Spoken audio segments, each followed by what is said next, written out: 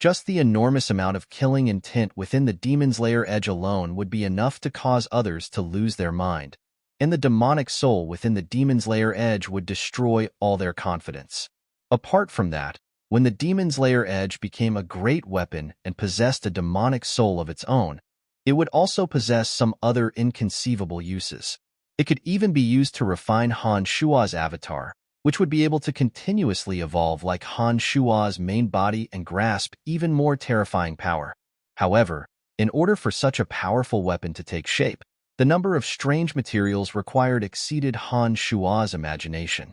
Apart from the various strange metals that the dwarves had mixed in at the beginning, Han Shua was currently continuously fusing even more rare materials into the demon's lair edge, using his magical yuan and the demon infant to refine it bit by bit, infusing even more of his blood essence into the demon's lair edge, ensuring that it could take shape as quickly as possible. The process of refining the demon's lair edge wasn't something that could be done in one go. It was a process of slowly fusing with itself, using magical yuan and the demon infant's blood essence to refine the demon's lair edge bit by bit. It definitely wouldn't take a day or two. In these 2 days, Han Shua was only slowly fusing the materials that the demon's lair edge required, then using his magical yuan, demon infant, and blood essence to slowly establish a more intimate connection with the demon's lair edge bit by bit, building the foundation of the demon's lair edge. In this way, when the demon's lair edge wasn't out, it could transform into a rice-sized ball and hide within Han Shua's blood essence that was nourishing the demon infant, continuing to provide it with the energy it needed to refine the demon's lair edge. When Han Shua was attacking and killing, the demon's lair edge could instantly escape and instinctively absorb the energy of the dead while Han Shua was killing. Until one day, when the demon's lair edge had absorbed enough energy from the dead and formed a demonic soul within its handle, it would truly take shape and become a peerless weapon, a terrifying demonic treasure. 2 days passed in the blink of an eye. When Han Shua hid the demon's lair edge within his body and slowly adjusted his breathing to recover his vitality, he discovered traces of Gilbert's return through the 3 demon's observation. Returning to his senses from his cross-legged position, Han Shua stood up and took out the Eye of Darkness to help Gilbert open the boundary. When Gilbert came in, Han Shua discovered that Gilbert was sparkling with divine light, his face full of lewd laughter. "What's wrong? Look at how you're smiling. With your flying speed, 2 days and 1 night should be enough for you to return to the cemetery of death. Why are you taking so long?" Han Shua questioned as he stared at Gilbert in astonishment. "Heh, I'm just a bit late. It doesn't matter. Anyway, I've already safely sent Miss Phoebe to Zajoski City. You can rest assured." Gilbert's smile was indescribably lewd, making Han Shua feel uncomfortable. Looking suspiciously at the dark dragon, a thought suddenly leapt into Han Shua's mind when he discovered that the dark dragon's lewd smile was a bit fatigued. Han Shua couldn't help but exclaim, "You didn't take advantage of the situation to spend money on prostitutes in Zajoski City, did you?" Gilbert wasn't the least bit embarrassed when he heard these words. He nodded with a lewd laugh and said, "Honored master, you're really smart. My grandfather was right. The taste of women is really wonderful.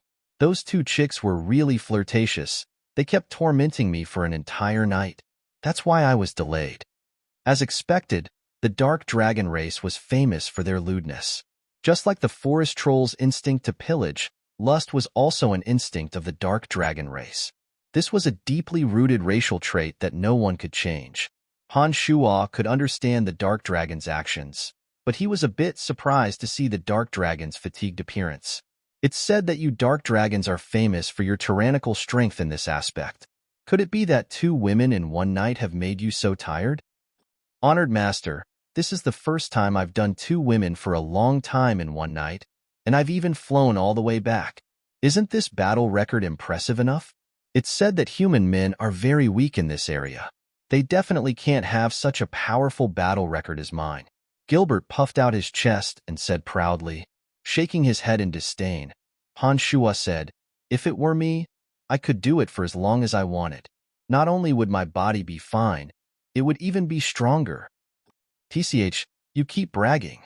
Although you're very strong, master, you're still a human." Humans definitely can't compare to our dark dragon race in this area, Gilbert first said disdainfully to Han Shuo, and then proudly affirmed it.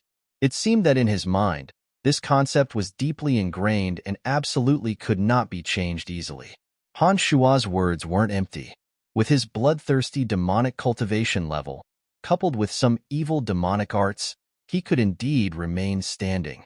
He could even use demonic arts to harvest yin and replenish his yang to replenish his own vital energy. In this way, not only would he not harm himself at all, but he could also improve his strength through sex. It was very magical. Some demonic secret techniques were divided into collecting yin to replenish yang, collecting yang to replenish yin. There was also a kind of double cultivation method called delightful zen, which was beneficial to both parties. These demonic secret techniques were fully understood by Han Shuo after he obtained all of Chu Kanglin's memories. Before today, Han Shuo didn't pay much attention to them. Now, because of the matter with Gilbert, he suddenly remembered that perhaps he could use Delightful Zen's double cultivation method to bring benefits to both parties when he dual cultivated with Emily. Therefore, when he thought of those evil secret techniques, Han Shuo fell into a short period of silence. He carefully recalled those secret techniques in his mind and slowly considered the possibilities. Some of these secret techniques didn't require a practitioner's inner yuan or demonic yuan. They only needed to grasp some special techniques and train one's body to achieve that goal. There were also a few more powerful ones that required the activation of both inner yuan and demonic yuan. However, only a little bit of inner yuan and demonic yuan was required to successfully deploy them, achieving the miraculous effect of replenishing one's yin and replenishing one's yin. Lecherous dragon, tell me honestly, if you frequently do this kind of thing with your dark dragon race's body, won't it cause harm to your body? Han Shuo suddenly said to Gilbert after thinking for a while. Of course, no matter what race, if this kind of thing is excessively carried out, it will cause harm to the body. Us dark dragons are no exception. Especially when we need to evolve, we must put an end to this kind of thing. Otherwise, the damage to the body will be even greater. However, for us dark dragons, this is our nature, and it is very difficult to control. There are often some dark dragons who can't control themselves and indulge in the process of evolution. Not only will they fail to evolve, but their rank will also drop. This is not strange. Dark Dragon Gilbert answered Han Shuo's question honestly. Creatures like giant dragons were the most powerful super-rank magical beasts among magical beasts.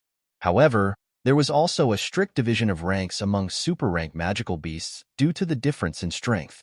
In general, super-rank magical beasts were divided into 5 ranks, which was completely opposite to the division of ordinary magical beasts. The strongest super-rank magical beasts were rank 5, and those that were just born were rank 1. For example, Dark Dragon Gilbert hadn't evolved even once. He was still a rank 1 magical beast when he was just born, and belonged to the lowest rank among super-rank magical beasts. He only possessed some of the innate characteristics and offensive abilities of his race. Heh, little lecherous dragon. Oh, little lecherous dragon. You've been with me for so long, but Master has never given you anything good. This time, I'll make it up to you in one go. I'll teach you a miraculous martial technique so that you won't have to worry about the consequences in the future. Not only will your body not be weak in the slightest when you visit prostitutes, your strength will also grow stronger and stronger. It won't matter even when you evolve. Han Shuo looked at the black dragon and laughed strangely. I don't believe it. How can there be such a mysterious martial technique in this world? This is absolutely not true. Don't try to lie to me. Dark Dragon Gilbert obviously didn't believe Han Shuo's words and shook his head nonchalantly. You'll definitely believe it. Han Shuo walked towards Gilbert and placed his hand on his shoulder. A stream of magical yuan flowed along Gilbert's body and slowly flowed towards his lower abdomen. What is this? Dark Dragon Gilbert jumped in fright and said in shock, Why does it feel like a small snake has drilled into my body? Stay still and don't move. Master is inspecting the structure of your body. Han Shuo shouted softly and stopped Gilbert's strange movements. The stream of magical yuan then followed Han Shuo's thoughts and traveled once around Gilbert's lower abdomen. he discovered that the structure of Dark Dragon Gilbert's transformed body was indeed a bit different from his own. After thinking for a moment, Han Shuo carefully recalled a secret method of harvesting yin to replenish yang and tried to move it around Gilbert's body.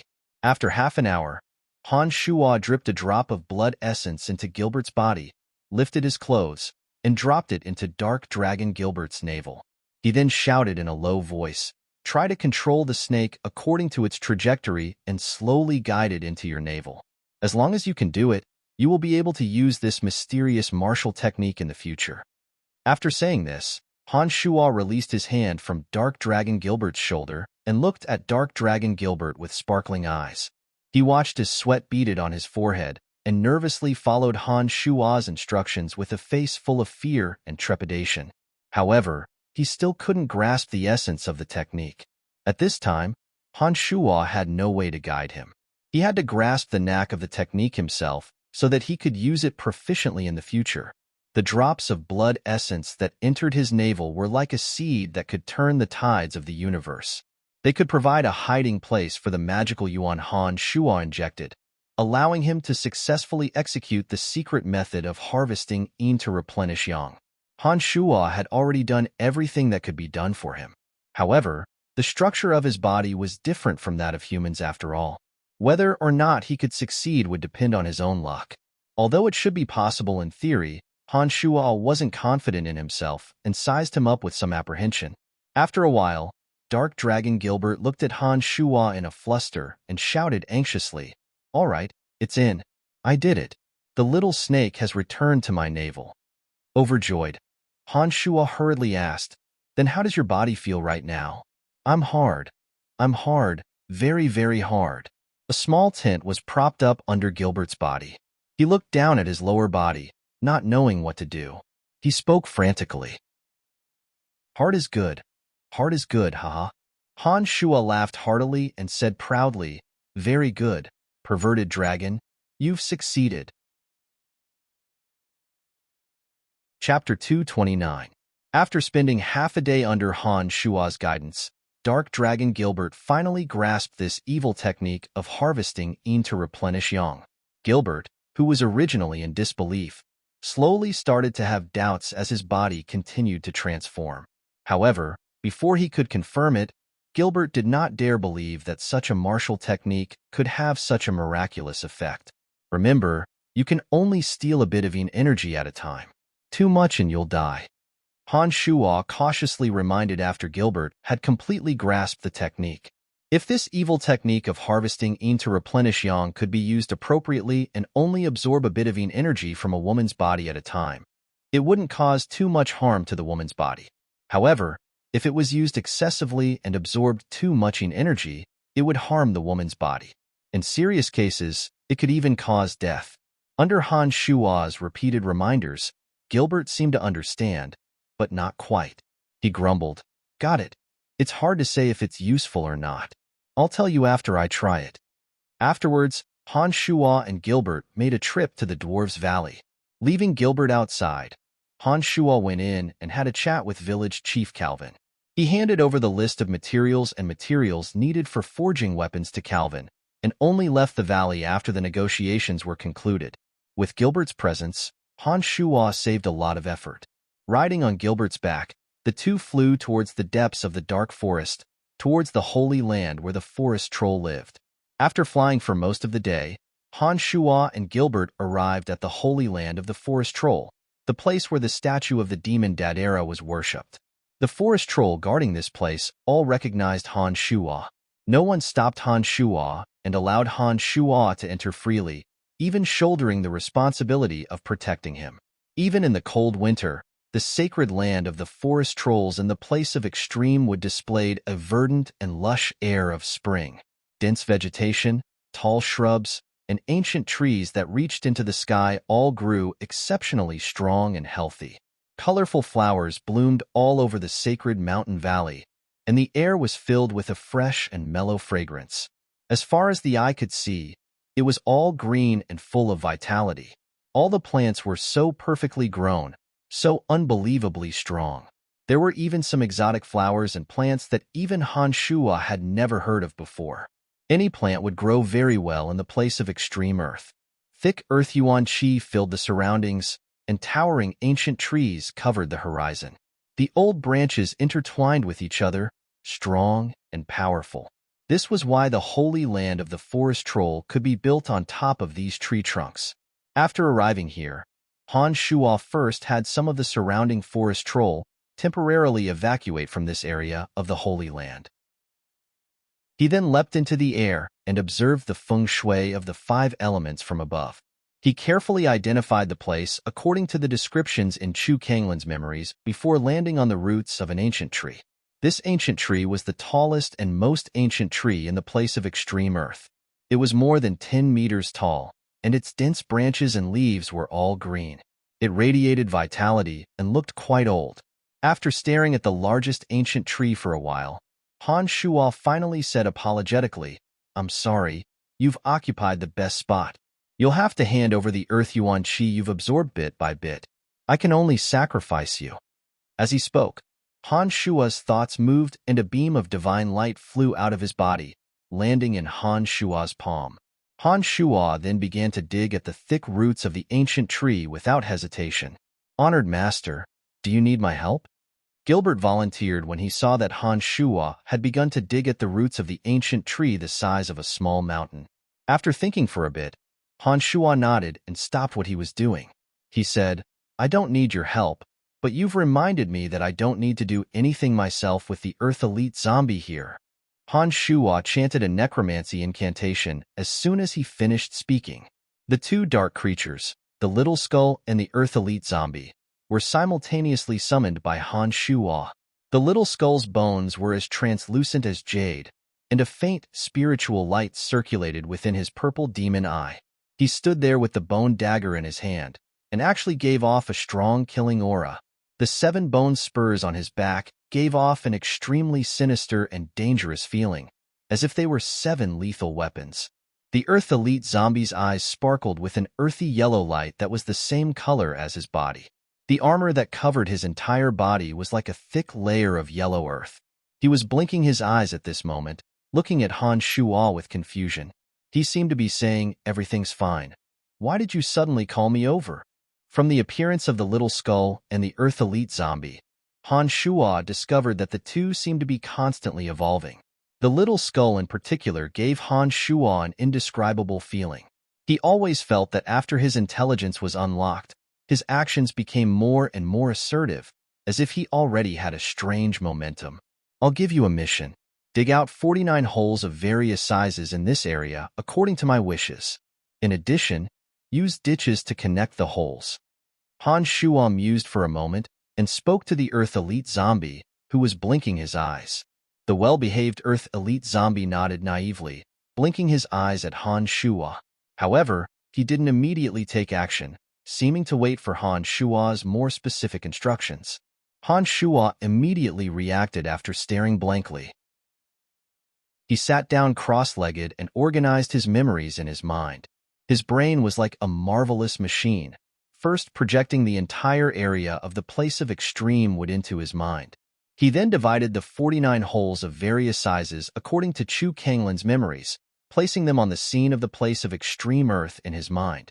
When Han Shuo finished all this, he had a complete picture of the entire scene in his mind. He then issued an order, and the Earth Elite zombie immediately descended into the ground.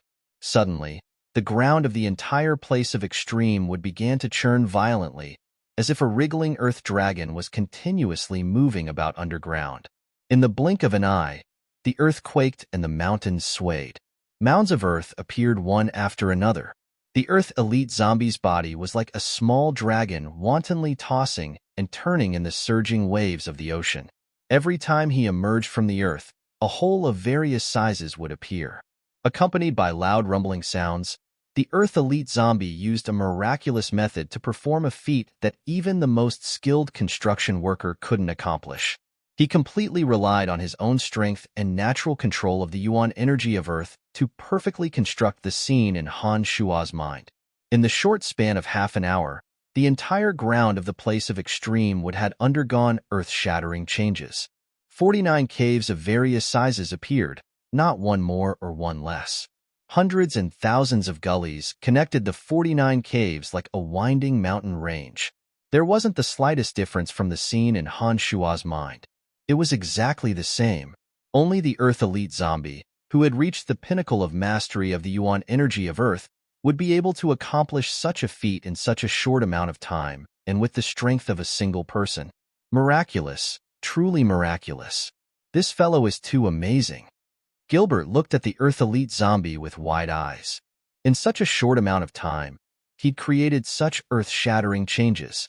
He looked at the Earth Elite Zombie as if he'd seen a ghost and praised him. Now you know how amazing it is. The Earth Elite Zombie is the darling of the Earth. As an assassin, he can hide underground and escape through the Earth if his attack fails. Even if someone dodges his attack, they won't be able to catch him. Han Shua laughed heartily and looked askance at Gilbert. After completing all this, the Earth Elite Zombie's body rose from the last large hole. The thick earth was like air, unable to obstruct his body in the slightest.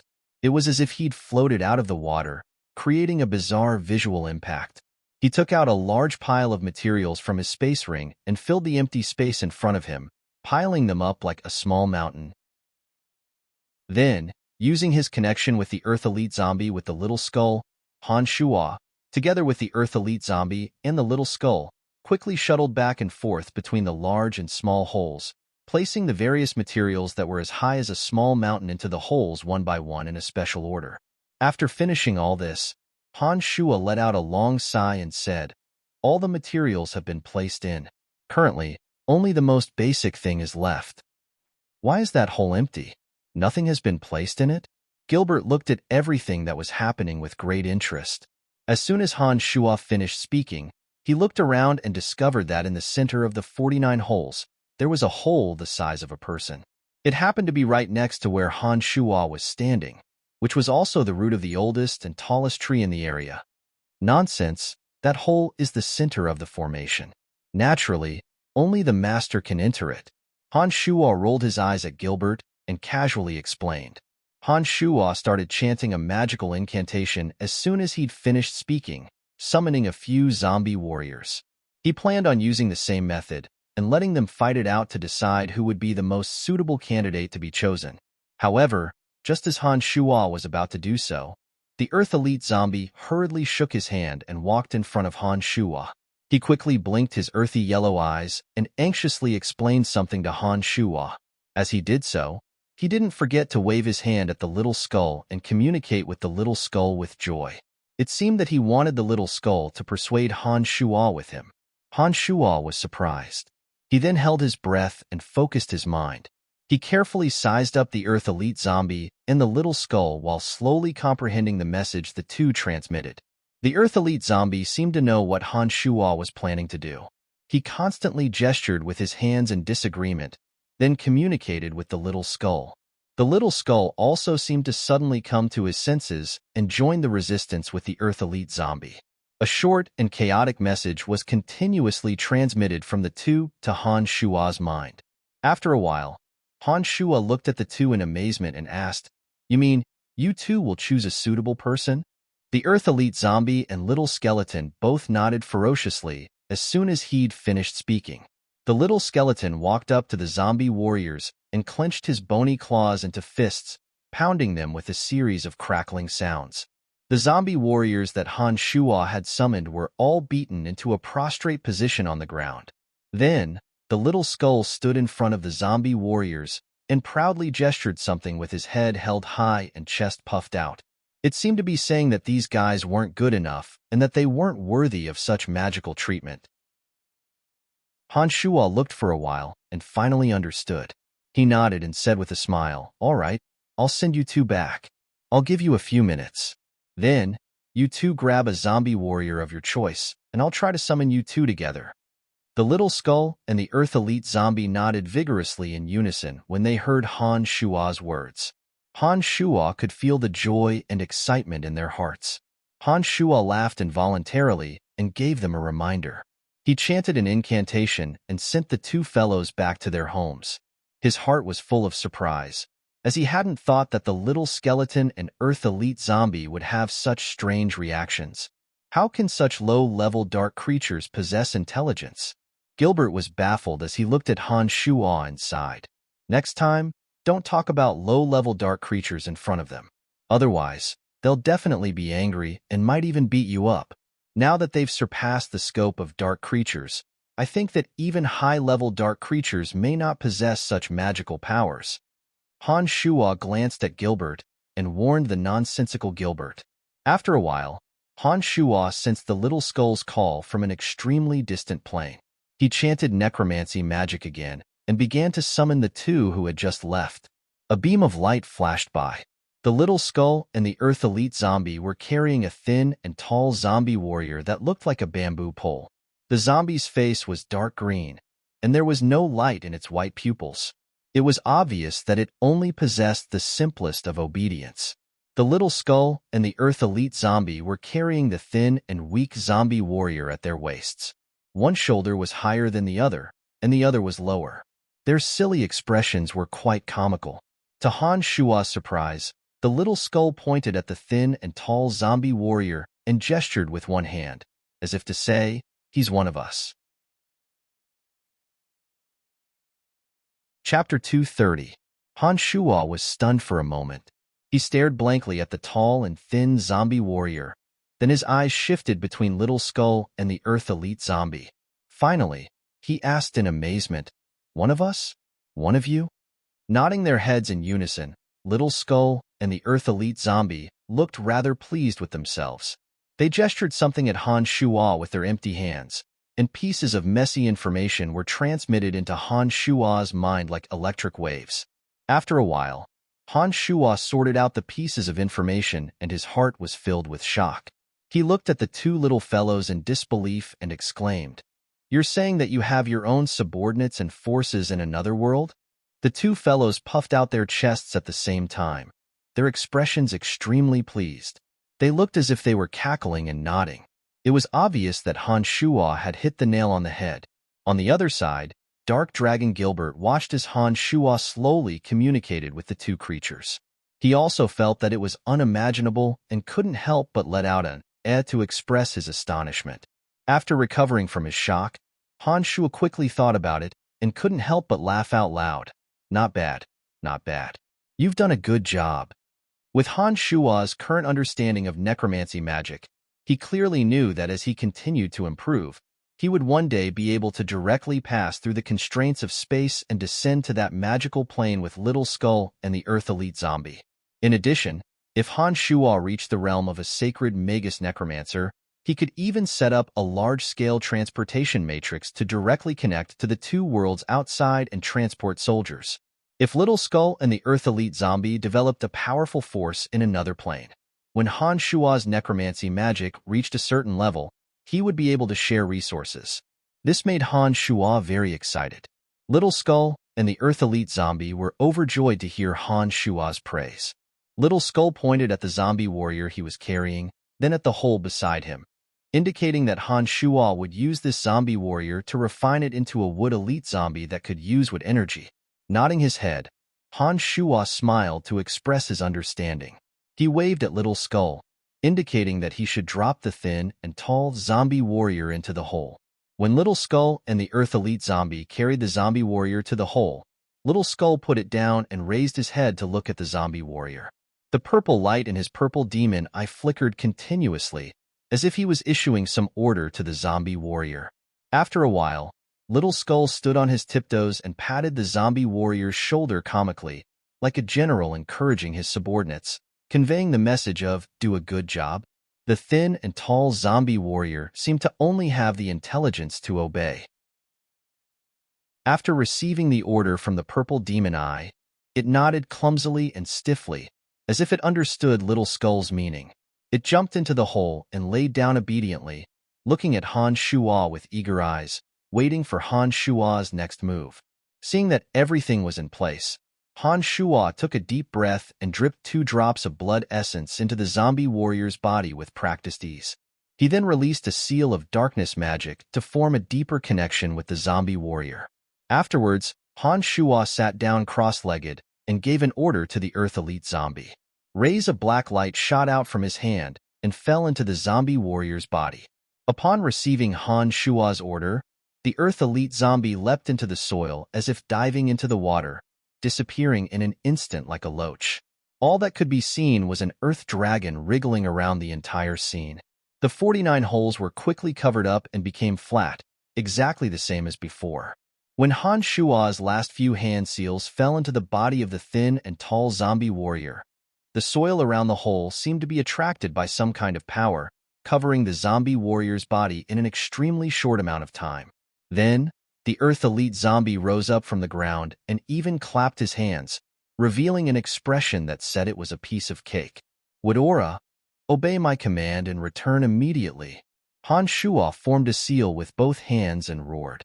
A ball of black light fell into the place where the thin and tall zombie warrior was.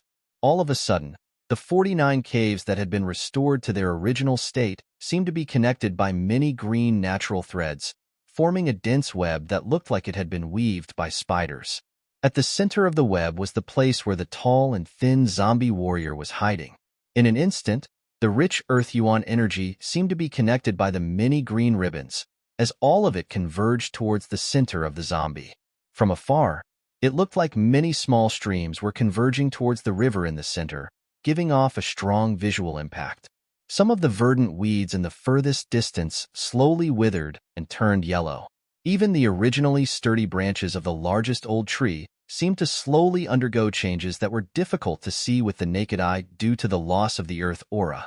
All of this was absorbed by the thin and tall zombie warrior in the center. For the sake of his existence, all of the surrounding greenery would eventually wither and die. This is truly miraculous. Master, how did you do this? Dark Dragon Gilbert couldn't help but exclaim as he looked at the enormous changes that had taken place in the entire scene. All of the plants in the surroundings of the place of extreme will have to spit out the Earth aura that they have absorbed over the years. The day the Wood Elite zombie takes form will also be the day their branches and leaves wither and turn yellow. They will be completely finished. Survival of the fittest. Every living thing in this environment is survival of the fittest. This is their fate, Han Shua said callously. Gilbert looked around and finally fixed his gaze on the Earth Elite zombie and the little skull. What do we do now? Nothing. We'll leave this place and make a trip to the Forest Troll's residence. This place is guarded by the Forest Troll warriors, so there shouldn't be any problems. The changes here will become more and more obvious as time passes. I'll instruct the Forest Troll not to worry about it. When that zombie absorbs the wood aura here and becomes a Wood Elite zombie, he will naturally contact me. When that happens, I'll come over and wake him up.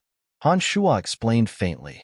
Together with the little skull, Gilbert, and the Earth Elite zombie, they left the perimeter of the place of extreme wood and headed straight for the village where the Forest Troll resided. After spending half a day, they arrived at the Forest Troll's village. The arrival of Han Shua and the little skull caused the Forest Troll's village to be brimming with a festive atmosphere.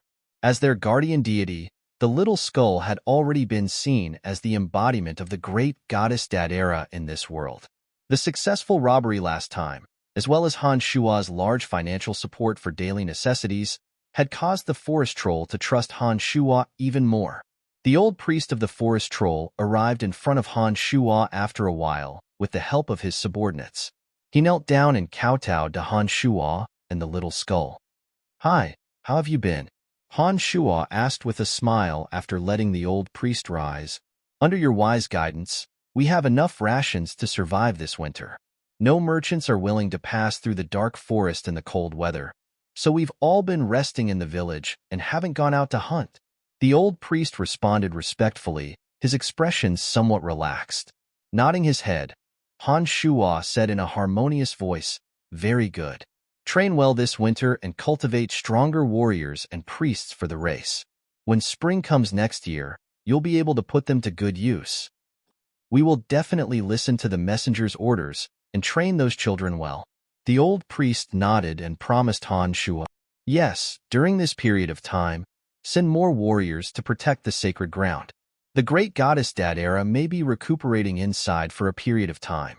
Don't enter the sacred land without my orders. Everything that happens in the sacred land is caused by the great goddess Dadera. Don't make a fuss about it. Han Shuo knew that the formation of the Wood Elite Zombie would certainly cause changes in the area.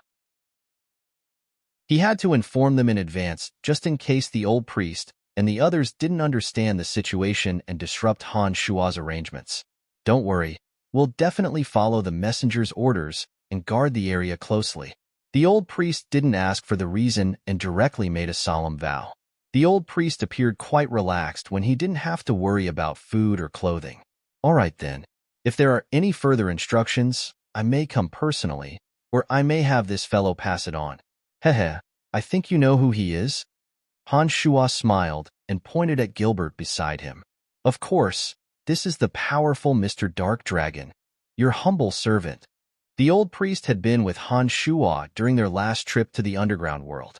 He had seen very clearly how the Dark Dragon had submitted and made a contract with Han Shuo. He naturally understood the origins of Dark Dragon Gilbert. Seeing that everything that needed to be explained had been clearly explained, Han Shuo didn't say anything else and left the Forest Trolls village. After sending Little Skull and the Earth Elite Zombie back home, Han Shuo rode Gilbert into the depths of the Dark Forest. There was a mysterious race in the depths of the Dark Forest, an extremely powerful and terrifying existence. Of course, such a place would naturally have even more ferocious magical beasts, some wondrous plants, and some legendary treasures. Han Shuo planned on refining pills, so he wanted to try his luck in the depths of the Dark Forest. He wanted to see if he could find some wondrous spirit herbs and replenish some of his basic ingredients. After flying for a while on the Dark Dragon, Gilbert took the initiative to put Han Shuo down.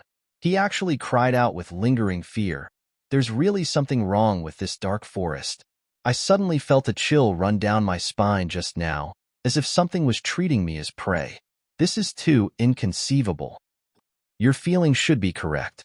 Just now, I also felt a very powerful aura lock onto the two of us. However, I have no way of knowing where this powerful presence came from. It looks like this dark forest is indeed mysterious beyond compare. Let's not fly in the air, lest we attract the attention of some powerful creatures. When Han Shuo had felt that powerful presence, he had immediately released the 3 demons to scout the surroundings. However, Han Shuo had no way of identifying where this presence had come from. The 3 demons circled the surroundings and didn't discover anything out of the ordinary. This not only didn't make Han Shuo relax, but instead made Han Shuo even more cautious. Strangely, the depths of the dark forest didn't seem to be affected by the cold winter. The frigid winds disappeared as the two ventured deeper, and the temperature also gradually rose. It was a bit similar to the scene in the place of Extreme Wood. This place was lush and verdant, with ancient trees reaching the sky and dense shrubs. Springs gurgled along the way, and a few hot springs were scattered everywhere, with white mist rising in spirals. With the help of the demon's vision, Han Shuo saw all kinds of ferocious high-level magical creatures appear continuously in some places. Harpies, deep-water venom pythons, frost eagles, medusae, manticores, these rare high-level magical creatures continuously appeared in the demon's vision. Sometimes, it wasn't just one or two. These high-level magical creatures were rarely seen in the outskirts of the dark forest.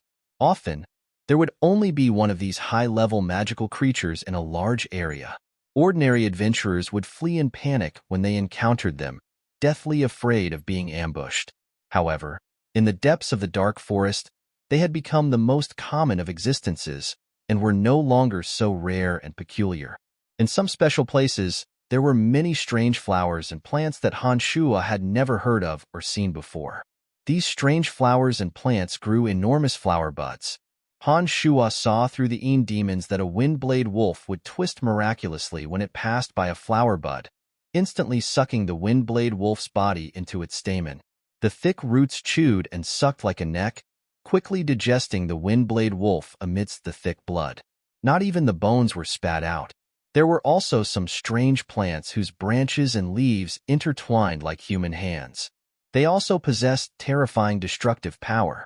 Once a magical creature approached them, it would be wrapped around by their thick branches and strangled to death bit by bit.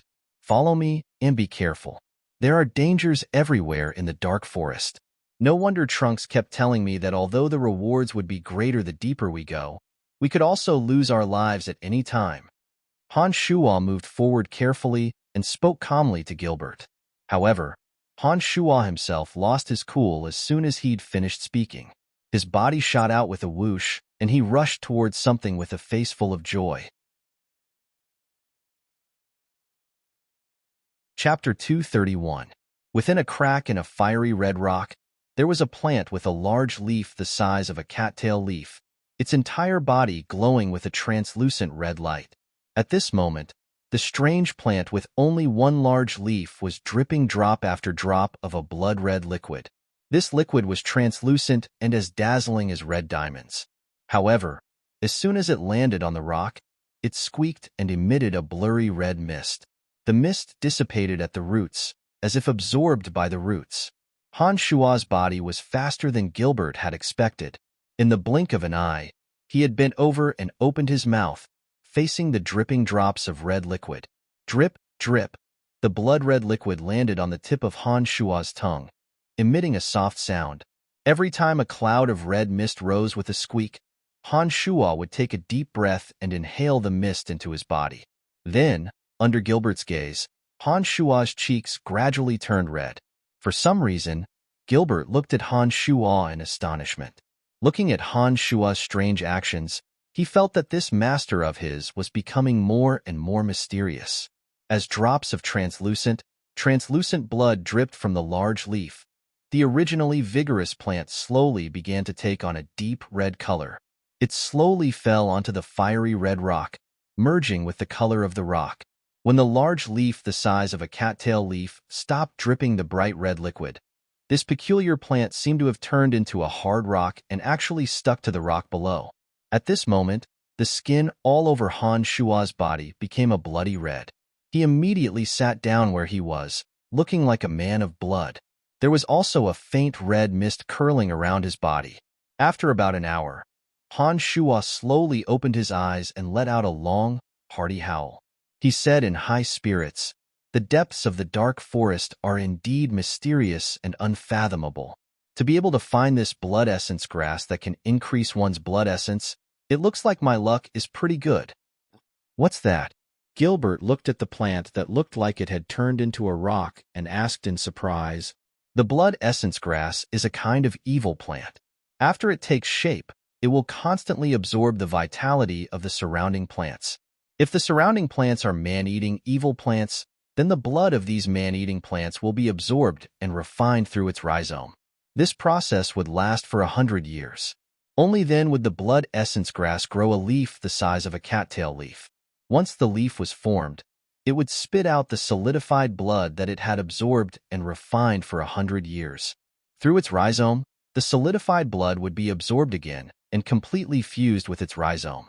This would allow it to absorb the surrounding yuan qi faster and cover a greater distance. After another 100 years, the blood essence grass would absorb the essence qi of the surrounding man-eating plants and grow another leaf, repeating the process over and over again.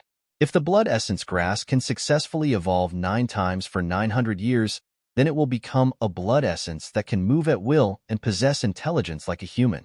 All the plants within a 10-mile radius will be under its control and possess incredible powers. Han Shuo smiled and explained the origin of the blood essence grass to Gilbert.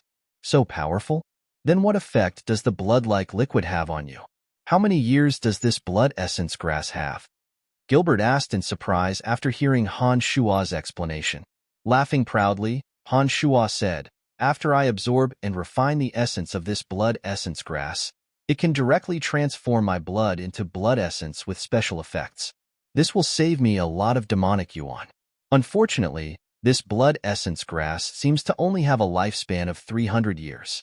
If it had a lifespan of 900 years, after being transformed into my lifeblood essence, it would have the miraculous effect of bringing the dead back to life. Once my body is cut, it would heal at a speed visible to the naked eye." So miraculous. Perhaps there are other blood essence grasses in the dark forest. We can look for them. Gilbert was dazed for a while and then exclaimed excitedly. Ignoring the excited Gilbert, Han Shuo summoned the demon's lair edge and carefully cut open the fiery red rock that the blood essence grass was entrenched in. He dug up the surrounding soil and finally put the fiery red rock into his space ring. "What use does this rock have?" Gilbert asked curiously. "This is a blood essence stone. It's a very precious material for refining weapons and has many uses." Han Shuo knew that Gilbert wouldn't understand if he explained too much, so he answered carelessly. Looking around, Han Shuo didn't see anything else worth paying attention to. He then walked deeper into the forest with Gilbert, becoming more and more curious about the dark forest. However, after walking for a while, that powerful presence appeared again, causing Han Shuo to frown involuntarily and stop where he was. "Who is it, or what is it? Are you done?" Han Shuo shouted rudely as he looked around coldly. A being with such a powerful presence and able to avoid the detection of the three demons, even if it wasn't human, it must possess intelligence. Such a powerful being seemed to think of him and Gilbert as its prey. This feeling made Han Shuo feel very uncomfortable, and he couldn't help but shout. There was no response. The forest was silent. After listening for a while, there were no additional sounds. It looked like the powerful being hadn't responded to Han Shuo's words. "There's really something following us." Gilbert also instinctively sensed danger and couldn't help but say. Nodding, Han Shuo said softly, "That's right. I don't know what it is, but even I have no way of discovering its tracks. It looks like it's a powerful fellow.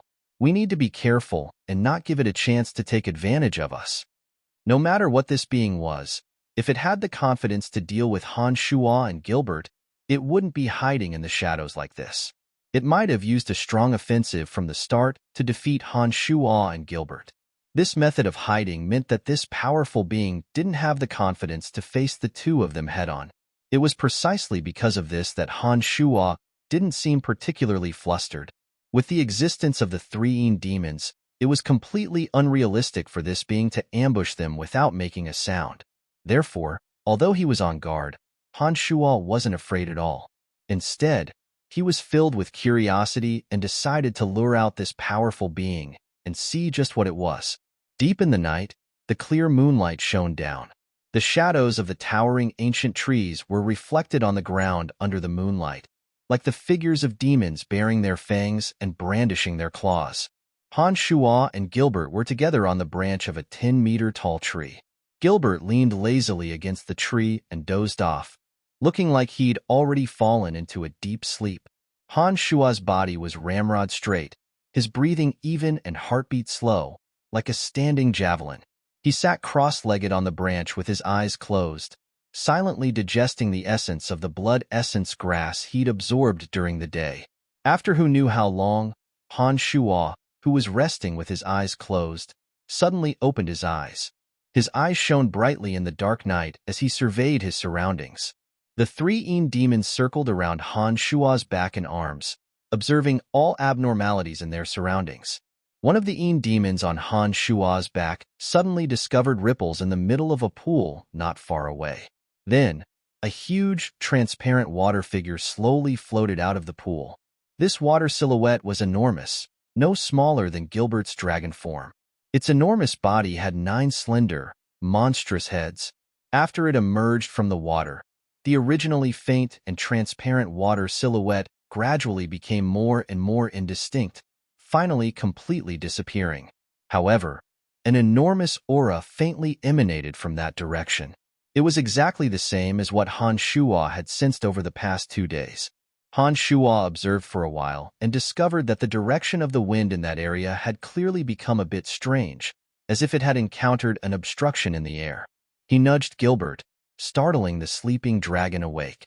He turned his head to look at his surroundings before asking in a small voice, "What did you discover?" "It's the super-rank magical beast, the Hydra," Han Shuo exclaimed softly. Gilbert's expression changed greatly at these words. He said in shock, "No wonder. According to my grandfather, the Hydra can skillfully use the power of water to cover its body, preventing others from seeing its whereabouts and entering a wondrous state of invisibility. The Hydra's entire body is filled with poison, and it also possesses great power. I didn't think that it would actually target the two of us." This Hydra should have only evolved once. No wonder it didn't dare to act rashly even though it had its eyes on us. Get ready.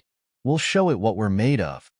Han Shuo exclaimed softly, his body remaining motionless as he continued to sit there, waiting for the Hydra's arrival. Gilbert understood and pretended to continue sleeping, letting out light snores from his mouth. Chapter 232. Before the Hydra had even arrived, a foul stench accompanied by a powerful presence had already pounced in their direction. Even through the three demons, Han Shuo still couldn't see the Hydra's figure, but he could still roughly guess its location through the strange changes in the wind. As the nine-headed serpent flew over, some of the clear water in the surroundings were instantly polluted, turning it into a stinky place that resembled a stinking ditch. The moist ground also slowly became abnormally dry, taking on a dark brown color. It looked like it had all been affected by the Hydra's power. Han Shuo summoned the Demon's Lair Edge and had already made preparations with Gilbert as the Hydra approached. They planned to launch an attack when the Hydra got close and give it an unforgettable blow. The stench in the air grew stronger and stronger. Han Shuo, who had been adjusting his breathing with his eyes closed, felt a brief dizziness when he first breathed in the stench, but his body quickly returned to normal after filtering it with his magical yuan. As a member of the evil dragon tribe, Gilbert's body was strong and tough, and he could also spit out acidic poison. The resistance of a dragon's body was strong enough that the stench of poison wouldn't be able to affect him before the poison landed on his body. Suddenly, the Hydra's moving figure seemed to stop beside a towering tree. The direction of the wind was stable, and there were no abnormal changes, as if the Hydra had been stationed there. Han Shuo was surprised and was wondering why the Hydra hadn't approached when 4 streams of dark brown liquid sprayed out like fountains, shooting straight at the tree that Han Shuo and Gilbert were sitting on. A strong stench instantly filled the air. The stench was abnormally unpleasant, and when the magical beasts in the surroundings inhaled the stench, their bodies stiffened and they became motionless. The higher-level harpies and the 2 windblade wolves all fled in terror when they smelled the stench, not daring to stay where they were. It was obvious that they knew that there was a terrifying danger in the surroundings. Cursing in a low voice, Han Shuo and Gilbert immediately moved. Gilbert's body leaped and landed on a tree further away, while Han Shuo soared into the air and stood there. During this process, Han Shuo took the opportunity to chant necromancy magic. Little Skull and the Earth Elite Zombie appeared at the same time, working together like heaven and earth. Little Skull was at Han Shuo's side, while the Earth Elite Zombie hid in the ground. The tree that Han Shuo and Gilbert had stopped at was washed by the 4 streams of dark brown liquid. The branches and leaves trembled violently, and all the lush green leaves and branches withered in an extremely short amount of time. The towering ancient tree looked as though it had experienced tens of thousands of years of withering, with only a withered old tree trunk remaining. Hydra, you've finally come out. Han Shuo laughed coldly in the air and attacked at the same time as Little Skull. The bone dagger and Demon's Lair Edge whistled as they flew out, targeting the concealed Hydra. At the same time, Dark Dragon Gilbert's loud shouts sounded from the side. The human form of Gilbert gradually grew larger in a ball of black light, finally transforming into the form of a dark dragon. He bared his fangs and brandished his claws at the Hydra, shouting in a deep voice, "Despicable Hydra, you'll pay the price." The concealed Hydra obviously hadn't expected that Han Shuo and Gilbert would be able to see through its tracks. Before it could react, Han Shuo's Demon's Lair Edge and Bone Dagger had already struck its body. A sharp cry tore through the silent sky. The injured Hydra could no longer hide its enormous body. The body of the Hydra that was entrenched on the towering tree was finally completely exposed in front of Han Shuo and Gilbert. At this moment, the 2 long necks of the Hydra were dripping with fresh blood. The other 7 heads shook their heads and waved their tails. The towering tree that it was entrenched in seemed to be unable to withstand the Hydra's painful struggle. After a loud creak, it suddenly broke and collapsed, bringing the Hydra's body down with it. At this moment, a huge ravine suddenly split open on the brown ground. An earth-shaking sound came from the depths of the earth. There seemed to be a terrifying danger waiting for the Hydra to fall. As a rank-surpassing magical beast, the nine-headed Hydra naturally possessed the ability to fly. Its massive body swayed unsteadily due to the pain as it gradually descended. However, when one of the snake heads accidentally saw that the ground below had suddenly split open into a huge ravine, the nine-headed snake was scared out of its wits. It hurriedly and continuously struggled. In the end, its swaying body actually magically stopped in the void and slowly flew into the distance. In the face of the threat of death, the Hydra's struggle with all its might seemed to be effective. However, the attack from the ground wasn't just limited to that. The Hydra had just flown a short distance when it suddenly discovered that several sharp mounds of earth had risen from the ground and were rushing towards its body. In that moment, the Hydra was incomparably vexed. It hadn't expected that its ambush this time would lead to such a situation. According to its original plan, after getting close to Han Shuo and Gilbert, it could use its highly toxic venom to subdue the Dragon Knight Han Shuo through the spread of the poisonous smoke, and then take care of the little black dragon that was a rank lower than it.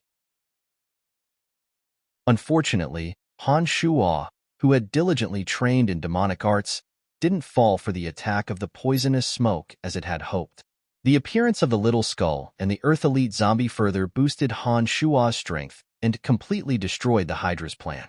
The 9 snake heads suddenly shook, their slender necks swaying continuously. The few mounds that the Earth Elite zombie had created were blocked by the venom that the snake heads had spat out, and the ferocious impact hindered the power of the mounds. During this process, the Hydra's body gradually rose, and as soon as it dodged the Earth Elite zombie's mound attack, it frantically flew towards the pool of water that it had come from. A thick stream of magma flame was abnormally glaring in the pitch-black night sky as it abruptly crashed into one of the snake heads. A ghastly cry rang out, and the Hydra's enormous body stumbled as it fled. Some of the surrounding trees that passed by snapped under the impact of its enormous body. Some of the magical creatures in the surroundings fled in panic, fleeing as far as they could. Waha, a rank 2 fellow still has to run. Gilbert's voice rang out in the night sky as his enormous body moved quickly, carrying Han Shuo and the little skull on his back as he chased after the Hydra at a moderate pace. The fleeing Hydra destroyed all the towering trees that stood in its way, and just as Gilbert was about to catch up, it suddenly jumped into the pool of water that it had come from. The originally clear water of the pool seemed to have been immediately polluted, quickly turning into a quagmire that smelled like a gutter. When it had escaped from the pool, the water had still been clear, but now that it had changed after entering, it meant that the Hydra could no longer control its power, most likely due to its injuries. As soon as it fell into the quagmire, the Hydra caused a huge commotion, stirring up the surrounding mud and spreading a foul stench in all directions. "Honored Master, leave the rest to me. You can just watch from above. I'm very familiar with this kind of place." Gilbert laughed heartily. When Han Shuo had first met Gilbert, he had been hiding in a quagmire, using the advantage of the quagmire to confront the Dark Elves. It was obvious that he was very used to fighting and hiding in this kind of place. Now that the Hydra had been injured, plus Han Shuo was watching from above, and Gilbert had an astonishing resistance to poison, Han Shuo wasn't worried about his safety. "All right, go down. If you can't hold on any longer, come out or scream." Han Shuo nodded, agreeing with Gilbert's actions. With a wild laugh, Dark Dragon Gilbert's enormous body flipped over and fell into the mud with a plop. He was like an enormous loach as he started to sink deeper into the mud. For a moment, the quagmire set off a huge commotion. Gilbert had obviously found the Hydra at the bottom of the quagmire and started fighting. With the quagmire as the center, the earth shook, and the towering trees shook violently. All the magical creatures, big and small, were startled by this huge commotion and fled in panic. It was as if a bomb had been thrown into the center of the quagmire. Huge pillars of mud shot out from the quagmire in all directions with a loud rumble. The quagmire had turned into a terrifying whirlpool, constantly stirring up everything. From time to time, a few of the Hydra's heads or Gilbert's enormous tail would appear above the quagmire. Looking down from above, Han Shuo discovered that Gilbert and the Hydra's bodies were entangled together, rolling and grinding in the quagmire. Arg! Suddenly, Gilbert's extremely lewd cries came from within the quagmire. Then, something that left Han Shuo dumbfounded happened. The entangled Hydra and Gilbert slowly surfaced from the quagmire, their bodies tightly entwined. It didn't look like they were fighting, but more like they were intimate. Gilbert's thick tail and sharp claws were constantly touching the Hydra's body like a human hand. The Hydra, which had been struggling fiercely to escape from the dark dragon's entanglement, wrapped its 9 slender necks tighter and tighter around the dark dragon. Streaks of black light had unknowingly wrapped around the 2 super-rank magical beasts that were entangled with each other. The bodies of the 2 enormous creatures slowly shrunk, gradually turning into a man and a woman who were entangled with each other. And they were naked humans tightly hugging each other.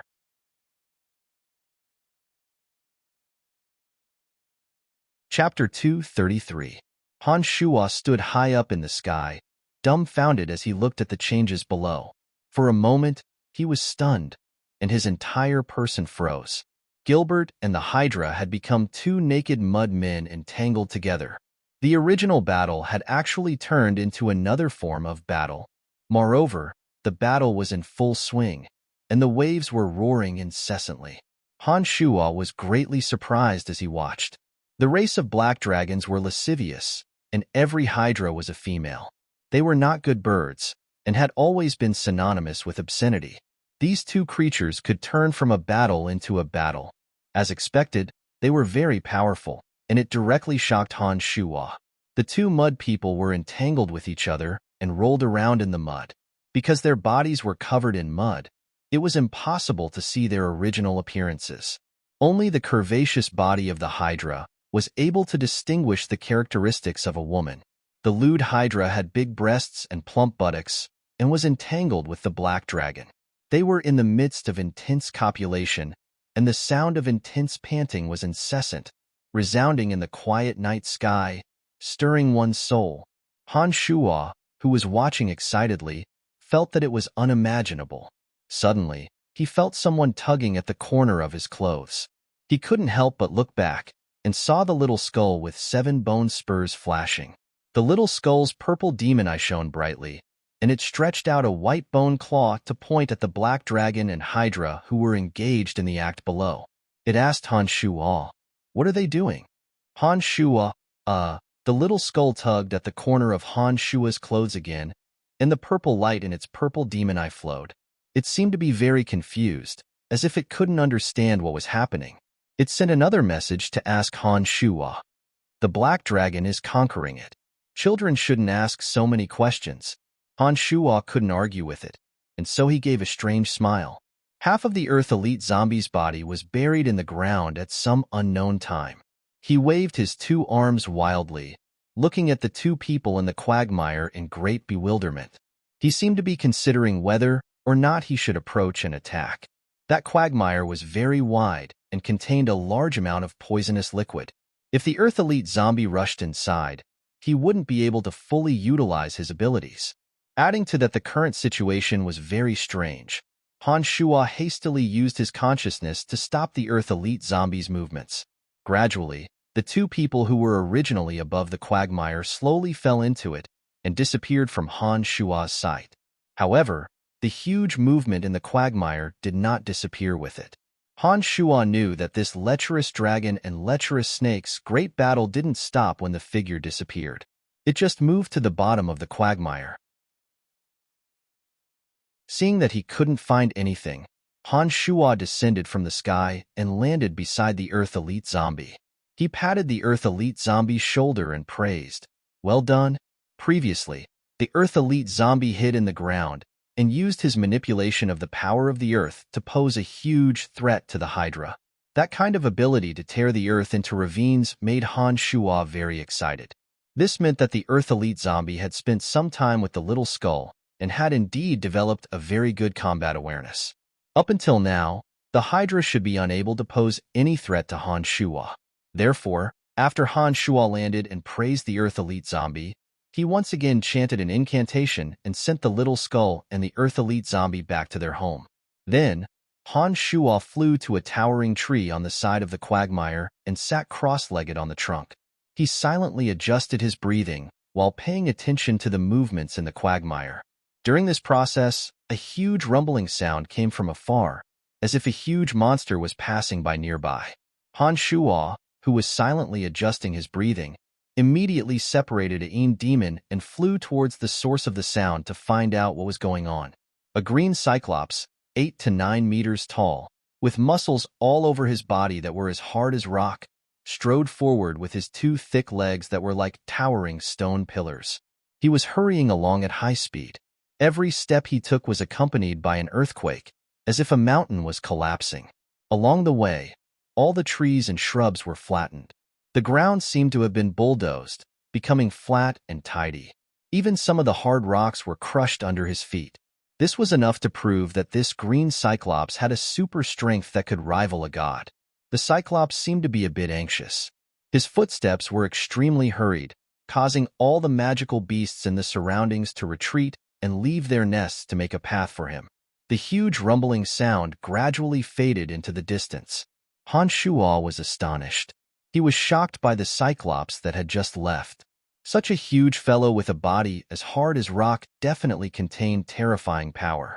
Even the Hydra and Gilbert would have a headache if they encountered such a fellow. Just as Han Shuo was thinking this, a huge commotion came from within the quagmire. A whirlpool spun in the center of the quagmire as brown mud arrows shot out. It was as if a lewd dragon and a lewd snake had reached a critical juncture. As expected, a huge howl came from within after a while. Then, the smelly quagmire miraculously began to clear up in an extremely short amount of time. The muddy water gradually sank, and with the sound of bubbles, clear water gradually appeared. Gilbert's naked figure broke out of the quagmire. His muscles were black and shiny, and the mud that had covered his body had been washed away. As soon as he broke out of the quagmire, Gilbert laughed heartily, his voice filled with indescribable excitement and pride. He lowered his head to look at the gurgling water below and couldn't help but laugh lewdly. He seemed extremely arrogant and savage. "Honorable Master, you are a living god in this world. You possess miracles that transcend all common sense. You have allowed your humble servant to possess a supreme skill that will allow him to dominate the Black Dragon City in the future. I will always praise you. Oh, you are so great." After Gilbert leapt out of the water, he spat out a string of flattery. His tone was sincere, his emotions were passionate, and his words were mushy. This was more than any of his previous flattery. It was obvious that Gilbert was truly excited and ecstatic at this moment. This wasn't just pure flattery. "What, did you use that supreme skill?" Han Shuo chuckled oddly as he looked at Gilbert with a smile that wasn't quite a smile. Nodding repeatedly, Gilbert was truly excited. He exclaimed loudly, "Of course, it's just too miraculous. I've taken care of that female snake. She can't even move now." "What's the exact situation?" Han Shuo started and then asked Gilbert in a low, furtive voice, as if he was afraid that the Hydra in the quagmire would hear him. With a low, vulgar chuckle, Gilbert said softly and proudly, "Honorable Master, I've already stolen a bit of her essence in the process. I can feel that my body has received unimaginable benefits." "Will this Hydra pose a threat to us again?" Han Shuo nodded in understanding, then frowned and asked calmly, "Don't worry, I definitely won't. Moreover, I have a way to subdue her. In that case, you will have another powerful helper in the future, Master." Gilbert made a solemn vow. The smile on his face was perhaps obscene. "Well, since you're so confident, I'll believe you this time. I hope you won't let me down." After seeing the magic of the Hydra, Han Shuo thought about it and chose to believe Gilbert, nodding and agreeing to his proposal. "Then, let's leave here for a while. She needs a long time to rest now. When she recovers, I'll come back to find her." Gilbert looked at the clear pool reluctantly and said, "All right, I just saw a cyclops rushing in one direction. Let's go and see what's going on."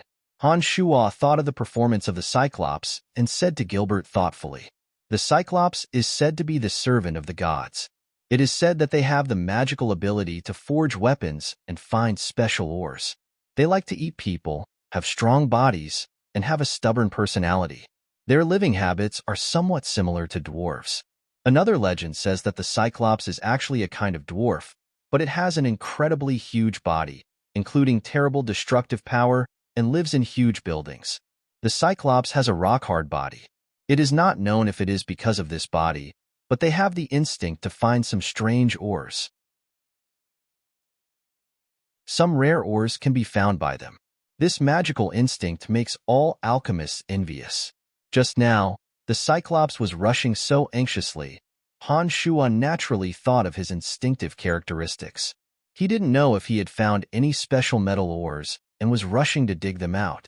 Maybe this Cyclops has found a good place or is planning to mine some special ores. Gilbert clearly knew the instinctive characteristics of the Cyclops and couldn't help but whisper. Nodding, Han Shuan said with a smile, "Let's go and see. I happen to need some materials for refining. Let's see if this Cyclops can help me find something good." As soon as the words fell, Han Shuan and Gilbert quickly followed the path that the Cyclops had taken.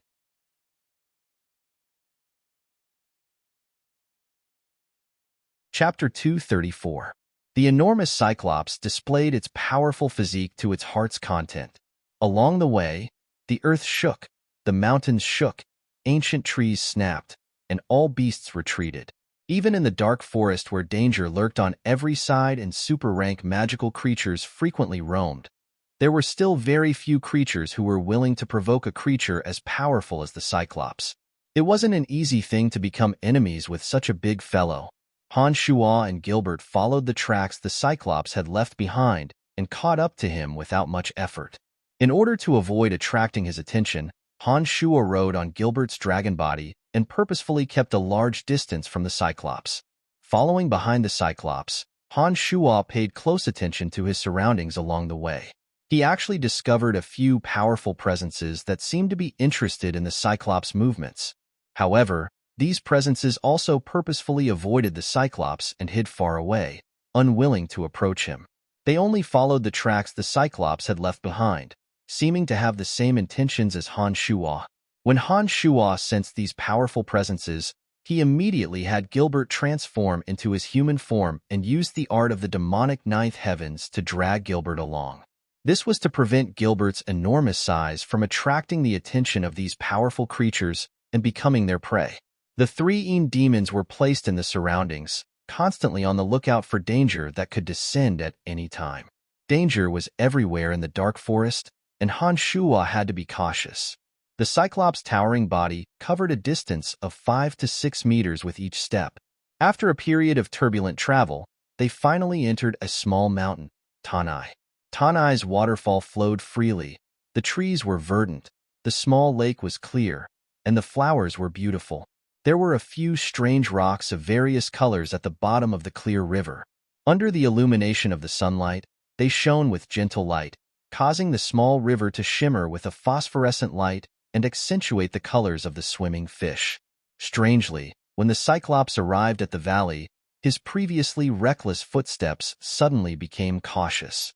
He was very careful with each step, as if afraid of breaking the tranquility of the valley and alarming some powerful creature. Han Shuan, who was following the Cyclops from afar, hid in a crack on a cliff above the valley. He focused his gaze on the valley below, paying attention to the Cyclops' movements. The Cyclops arrived at the valley and carefully walked forward with light steps. As he walked, he untied the huge iron shovel on his back and walked straight towards the small lake where the waterfall fell. To Han Shua's surprise, the lake was very deep. When the Cyclops' 10-meter-tall body fell into the lake water actually reached up to his shoulders. No matter how careful the Cyclops was, he still caused the water to ripple violently the moment he fell into the lake. The colorful fish fled in all directions in fright. The clear water around him gradually became murky, clearly affected by his footsteps. When the Cyclops waved his hands and used the iron shovel in his hands to work, the water in the lake became even more turbulent, and the clear surface of the lake became murkier and murkier. Huge rocks were sent out of the lake by the swing of the iron shovel. The Cyclops only needed a glance to distinguish the useful ones from the useless ones. Once the useful rocks were shoveled to the shore, he would immediately put them away and continue his work. The rocks dug out by the Cyclops were all covered in mud and silt. Han Shuo couldn't tell what kind of rocks they were, but since the Cyclops had taken a liking to them and made him secretly dig for them from thousands of kilometers away, they shouldn't be easily obtainable. Suddenly, a few powerful auras descended from different directions near the valley. They all locked their attention on the Cyclops, as if waiting for something. In an instant, Han Shuo's breathing calmed and his heartbeat slowed. He began to deliberately conceal his movements to avoid being discovered and causing unnecessary trouble. As a super-rank magical beast, Gilbert also had a miraculous method of concealing himself. Under Han Shuo's gaze, he slowly dove into the flowing river of the lake and continued to sink until he reached the bottom of the swamp. As an evil race in the underground world, dark dragons had an innate talent for hiding in swamps. When Gilbert dove into the swamp, the flowing river water and mud obstructed his detection. Even Han Shuo had to carefully sense his surroundings in order to vaguely find traces of him. After concealing his body, the three demons carefully circled around the mountain valley under Han Shuo's control. They slowly closed in on a few directions based on the auras they sensed. First, on the branch of a 7-meter-tall old tree stood an old woman with wrinkles all over her face, wearing a fiery red mage robe. From the magic insignia on her robe, Han Shuo discovered that this old woman was actually a fire grand magus. Her gaze didn't linger on the Cyclops. Instead, she kept looking around, as if she was more interested in the valley itself. The second person was a middle-aged man with a handsome and robust appearance. His short golden hair stood on end, and he seemed to be in high spirits. He stopped behind a rock and focused his attention on the Cyclops. This middle-aged man had a strange aura that was actually somewhat similar to that of Dark Dragon Gilbert. When Han Shuo used this feeling to carefully size up the middle-aged man, he suddenly realized that this middle-aged man should be an adult golden dragon. The third powerful creature landed in the shrubbery. It was a giant ape around 4 meters tall, with long silver fur and a pair of blood-red eyes. The nails at the ends of its slender arms were as sharp as knives, and there were even traces of blood on them, as if it had just torn apart a magical beast. The last person was a beautiful girl on a Pegasus, hovering in the air. Her teeth were white, her eyes were bright, and her skin was fair. Her beautiful and flawless face exuded a holy aura. She sat on the Pegasus, her slender body straight and her chest high and full. Her attention was also focused on the Cyclops. Through the prying eyes of the three demons, Han Shuo observed the 4 powerful beings hidden in the valley one by one. He couldn't help but be shocked. The dark forest was indeed a frightening place. A single Cyclops had attracted so many experts. For powerful creatures, 2 magical beasts, and 2 humans. The middle-aged man was, of course, the transformation of the super-rank magical beast Golden Dragon. Golden dragons were one of the strongest races of dragons, and their strength was publicly recognized. The middle-aged man's aura was as distant and heavy as a mountain. He was a powerful existence that had evolved at least 3 times, and definitely wasn't something that the little dark dragon who had just made her debut could compare to. The silver-eyed giant ape had a 4-meter-tall body.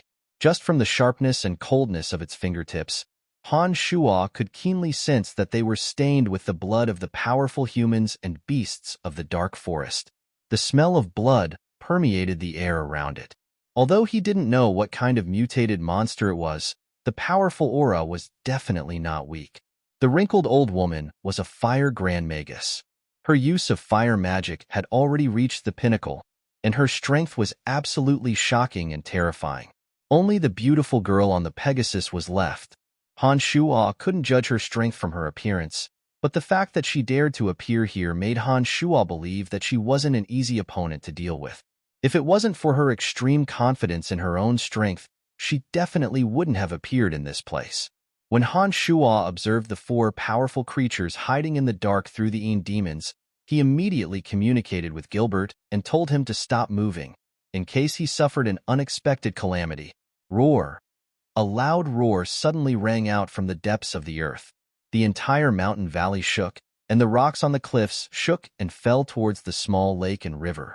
This roar came from the depths of the earth and revealed boundless rage. The four powerful creatures watching in the dark all had different expressions when they heard this loud roar. The golden dragon and the beautiful girl on the Pegasus were both startled and seemed to be caught off guard. They didn't know what had happened, and their gazes moved away from the Cyclops to look towards the lake and river. The Fire Grand Magus and the giant silver ape seemed to understand what had happened, and their expressions were filled with unconcealable excitement. After a loud roar, the temperature of the small valley, which was originally at a comfortable temperature, soared. The small lake and the cool river water suddenly became like a hot spring. Steam rose from them and gradually spread throughout the valley. The Cyclops obviously also knew what had happened. His originally gentle movements immediately sped up, as if he was hiding from something. He wanted to obtain more of the strange ores in the lake in the shortest amount of time possible, and frantically increased his pace of work. Following the loud rumbling sounds, Tanai's earth trembled and the lake and river seemed to split open from the ground.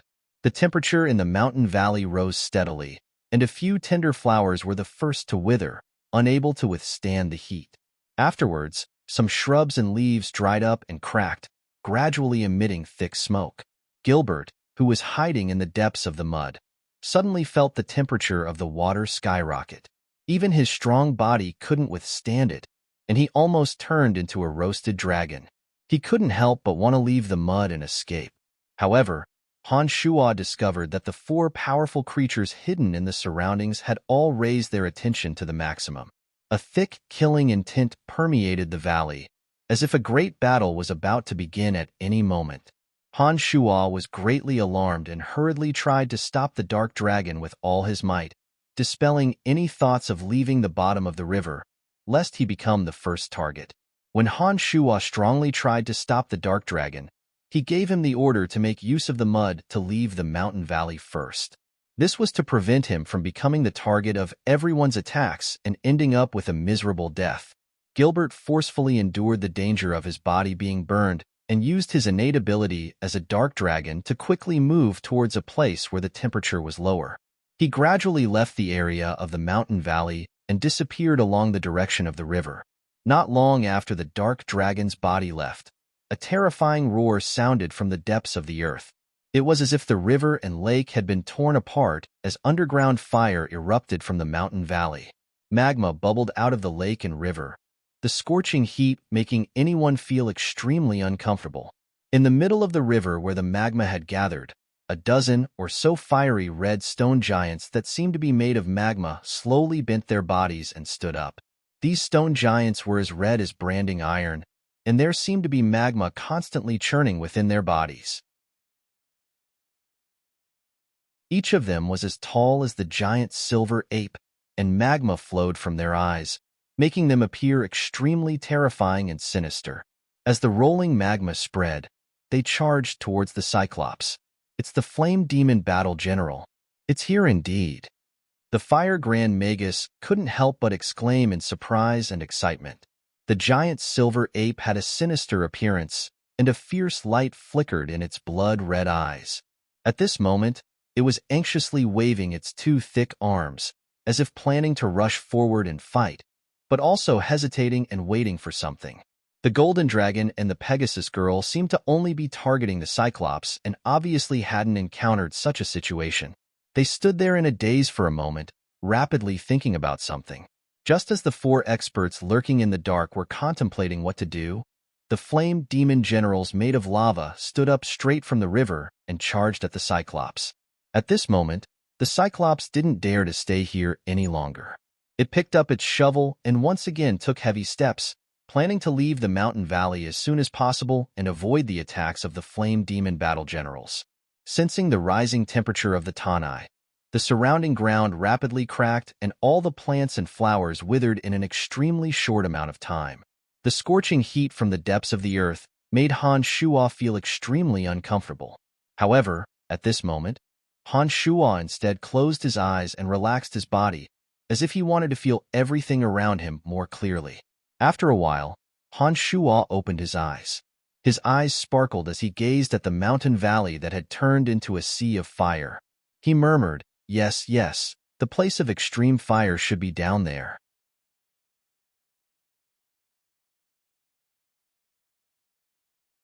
Chapter 235. Roar.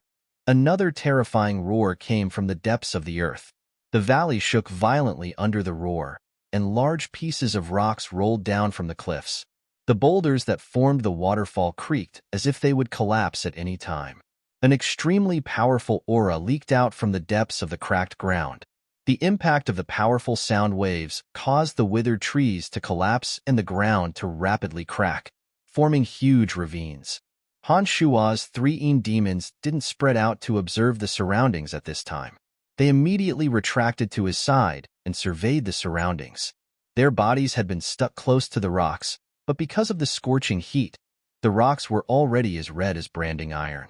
Han Shuo had no choice but to temporarily take to the air.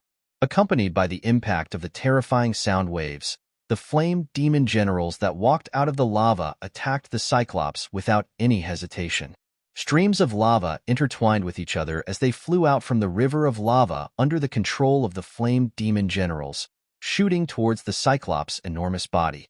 3 4-meter-tall flame demon generals walked out from the depths of the ground and blocked the Cyclops' path of retreat.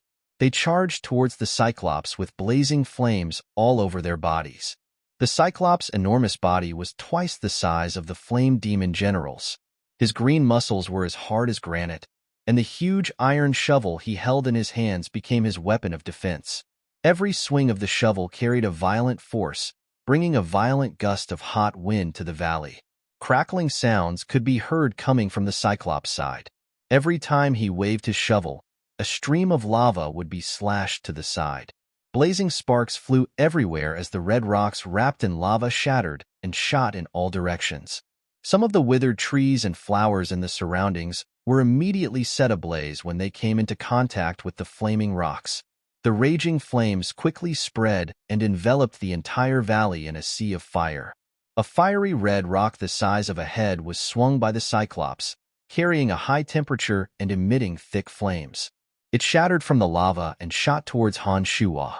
The raging flames carried a violent force, forcing Han Shuo to retreat in a sorry state. With a rumble, the fiery rock the size of a head smashed into the hard rock that Han Shuo had been standing on. Brilliant sparks flew everywhere as the blazing flames burned on the rock. It was so wondrous that one couldn't help but gasp in amazement. Firespark stone was an excellent material for forging weapons. Han Shuo stared at the burning rock with bright eyes.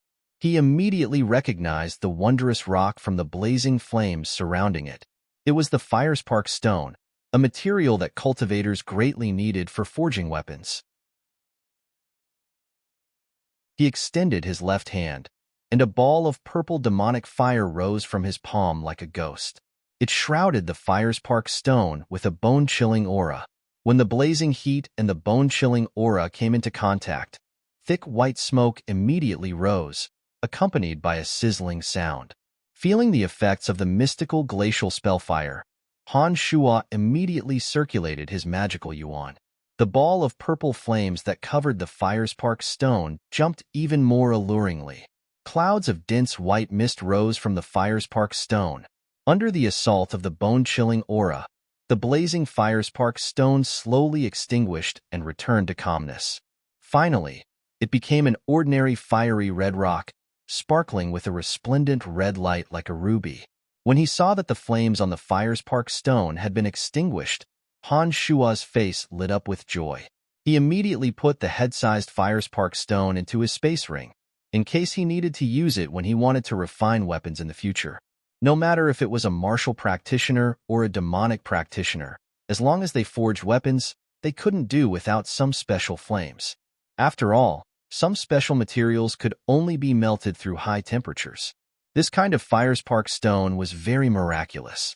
If it didn't come into contact with flames, it would be as ordinary as an ordinary rock, without the slightest bit of heat. However, as soon as the Firespark stone came into contact with the slightest spark, it would immediately burst into flames. Only when all the energy within the firespark stone had been burned away would it become the most ordinary rock. During this process, the firespark stone's enormous flame energy could melt all the materials for the cultivator, making it convenient for the next step of forging weapons. Han Shuo was overjoyed when he collected the firespark stone. His eyes sparkled as he began to search for more firespark stones amidst the sparks in the sky. Then, a fiery dragon streaked across the sky and landed around the beautiful girl on the Pegasus. At the end of the fiery dragon's path was an even larger firespark stone burning fiercely, instantly enveloping the entire area in a sea of flames. At this moment, the four powerhouses that had been hiding in the valley were all on high alert. Due to the chaos in the valley, traces of some people had been exposed. These powerhouses had all discovered each other's traces, but none of them made a move. To be able to appear in this valley without fear in the face of such a terrifying scene, they were either brainless or fearless powerhouses. Every powerful creature understood that before the situation was clear, they couldn't act rashly. Thus, even though they knew that there were other powerhouses hiding in the surroundings of the valley, they didn't dare act rashly. That larger firespark stone started burning fiercely. Waves of heat surged out, causing the Pegasus girl to sweat profusely. Her perky chest became even more alluring because of the sweat. Once a firespark stone started burning, it would continue burning until there was no special method to stop it. As he watched the firespark stone scatter its energy to its heart's content, Han Shuo hesitated for a moment before finally flying towards that area. "Who's there?" A light shout came from the Pegasus girl's mouth. She had obviously discovered Han Shuo's movements. Her long eyelashes fluttered as she looked cautiously at the rapidly approaching Han Shuo. "I don't have any ill intentions. I'm just picking up something." Han Shuo called out lowly, slowly revealing his tracks in coordination with his voice. He was deathly afraid that if he moved too quickly, he'd attract the girl's surprise attack. Han Shuo was also on his guard during this process. The demon's lair edge had already been summoned by his mind, and a Yin demon was secretly observing her every move and expression. As long as this girl showed any signs of hostility, Han Shuo would make the first move without any hesitation. Through the Yin demon's surveillance, Han Shuo discovered that this girl's crescent brows were creased in a beautiful frown. 2 streaks of sweat flowed down her smooth cheeks, past her neck and into the depths of her clothes. She urged the Pegasus to fly into the air, cautiously and suspiciously watching the approaching Han Shuo, but didn't make any unusual movements. That firespark stone was to the left of this beautiful girl. Han Shuo was afraid that she'd misunderstand, and so purposefully avoided her body. He took a detour and finally landed in the center of the raging flames, where the firespark stone was. "I don't have any ill intentions." Lifting his head, Han Shuo looked deeply at the beautiful girl. His body that had been suspended in the air gradually dived downwards. His 2 palms faced each other, and his magical yuan fiercely circulated. A ball of purple flames suddenly appeared in his palms, and a bone-chilling aura instantly spread from Han Shuo's palms. It was common knowledge on the entire continent that someone who could fly in the air was definitely a top-tier expert. When Han Shuo steadily flew over, his relaxed expression was immediately confirmed by the girl that he was an expert of the same level. Seeing that Han Shuo didn't have any ill intentions towards her, she didn't dare to provoke Han Shuo. She only looked curiously at Han Shuo with her beautiful eyes. When Han Shuo activated the mystical glacial spellfire and catalyzed the extremely cold purple flames, the surrounding temperature plummeted with Han Shuo at the center. Then, using the same method, Han Shuo gradually approached the firespark stone with the purple flames in his hands. Thick smoke suddenly billowed as the 2 auras of extreme heat and extreme cold met. The collision of cold and heat once again created thick white smoke. The firespark stone that had been burning fiercely started to extinguish piece by piece amidst the sizzling sounds. The spirited Pegasus beneath the beautiful girl wasn't used to the high temperature of the mountain valley and kept swaying restlessly. It was only because the girl repeatedly suppressed it that it didn't immediately leave the mountain valley. However, When Han Shuo used the purple flames, the surrounding temperature abruptly dropped with Han Shuo at the center. It was like a paradise in the scorching heat, creating a strong temptation for the spirited Pegasus beneath the girl. Without the girl's orders, the Pegasus approached Han Shuo of its own accord and flew greedily around Han Shuo, as if it was extremely reluctant to leave this place with such a suitable temperature. Han Shuo, who was focused on collecting the Firespark stone, saw the Pegasus and the girl's actions clearly through the demon's observation. During this process, the beautiful girl tried to stop the Pegasus from approaching, but obviously didn't succeed.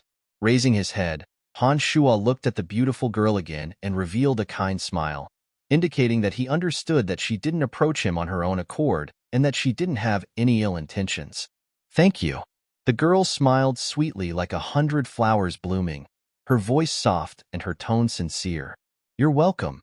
Han Shuo lowered his head and continued activating his demonic arts, planning to extinguish the Firespark stone as quickly as possible. He didn't take another look at the beautiful girl. With the existence of the three demons, even if Han Shuo was immersed in his work, he could still see Tanai's situation with a single glance. A few flame demon generals blocked the Cyclops' path and fought with the enormous Cyclops, attempting to keep the Cyclops in the mountain valley forever. However, the Cyclops, who was twice the size of the flame demon generals, also had an extremely tough body. He fiercely swung the huge iron shovel in his hand, chopping 2 flame demon generals into a few large pieces of rock that melted into the river with astonishing momentum. However, some of the scorching hot lava landed on the Cyclops' azure body, causing a large area to be charred black. The Cyclops also groaned in pain. One of its eyes was filled with anxiety as it looked towards the depths of the river from time to time, as if it was afraid that some powerful creature would suddenly break through the ground and walk out. The Fire Grand Magus was completely enveloped in a red magic shield. The old woman within the magic shield had an excited expression as her old eyes shone with light. Her attention was focused on the depths of the lava, as if she was waiting for something. The robust golden dragon was drenched from head to toe in the high temperature of Mountain Tanai. He slowly moved towards the outside of the mountain valley, as if he was preparing to take the opportunity to attack the Cyclops. The giant silver ape's shiny silver fur stood up like steel needles. A few sparks landed on its silver fur, but there wasn't a single trace of being charred.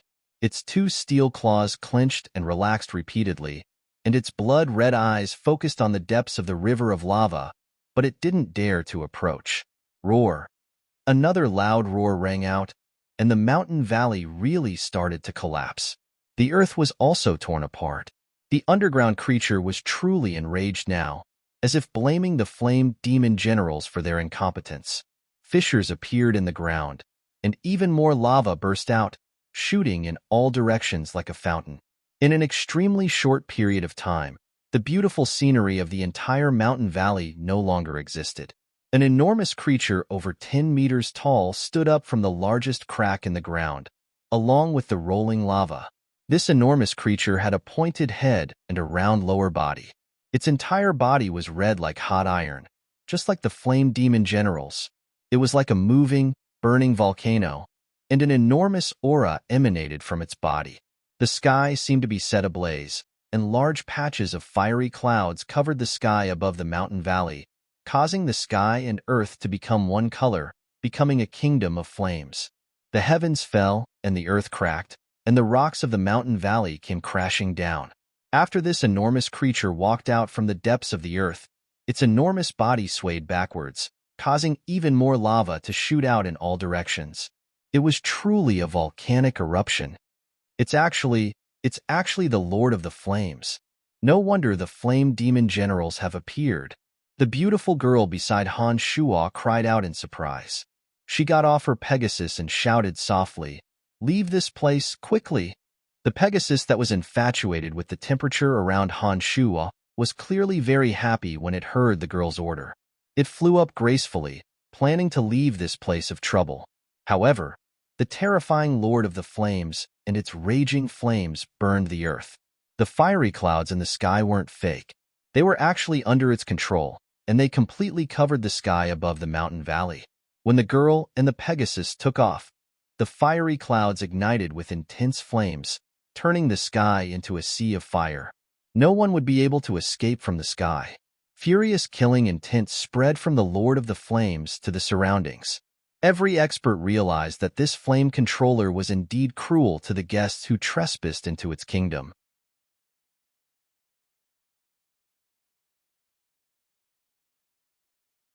Chapter 236. The Firespark Stone had finally been collected by Han Shuo.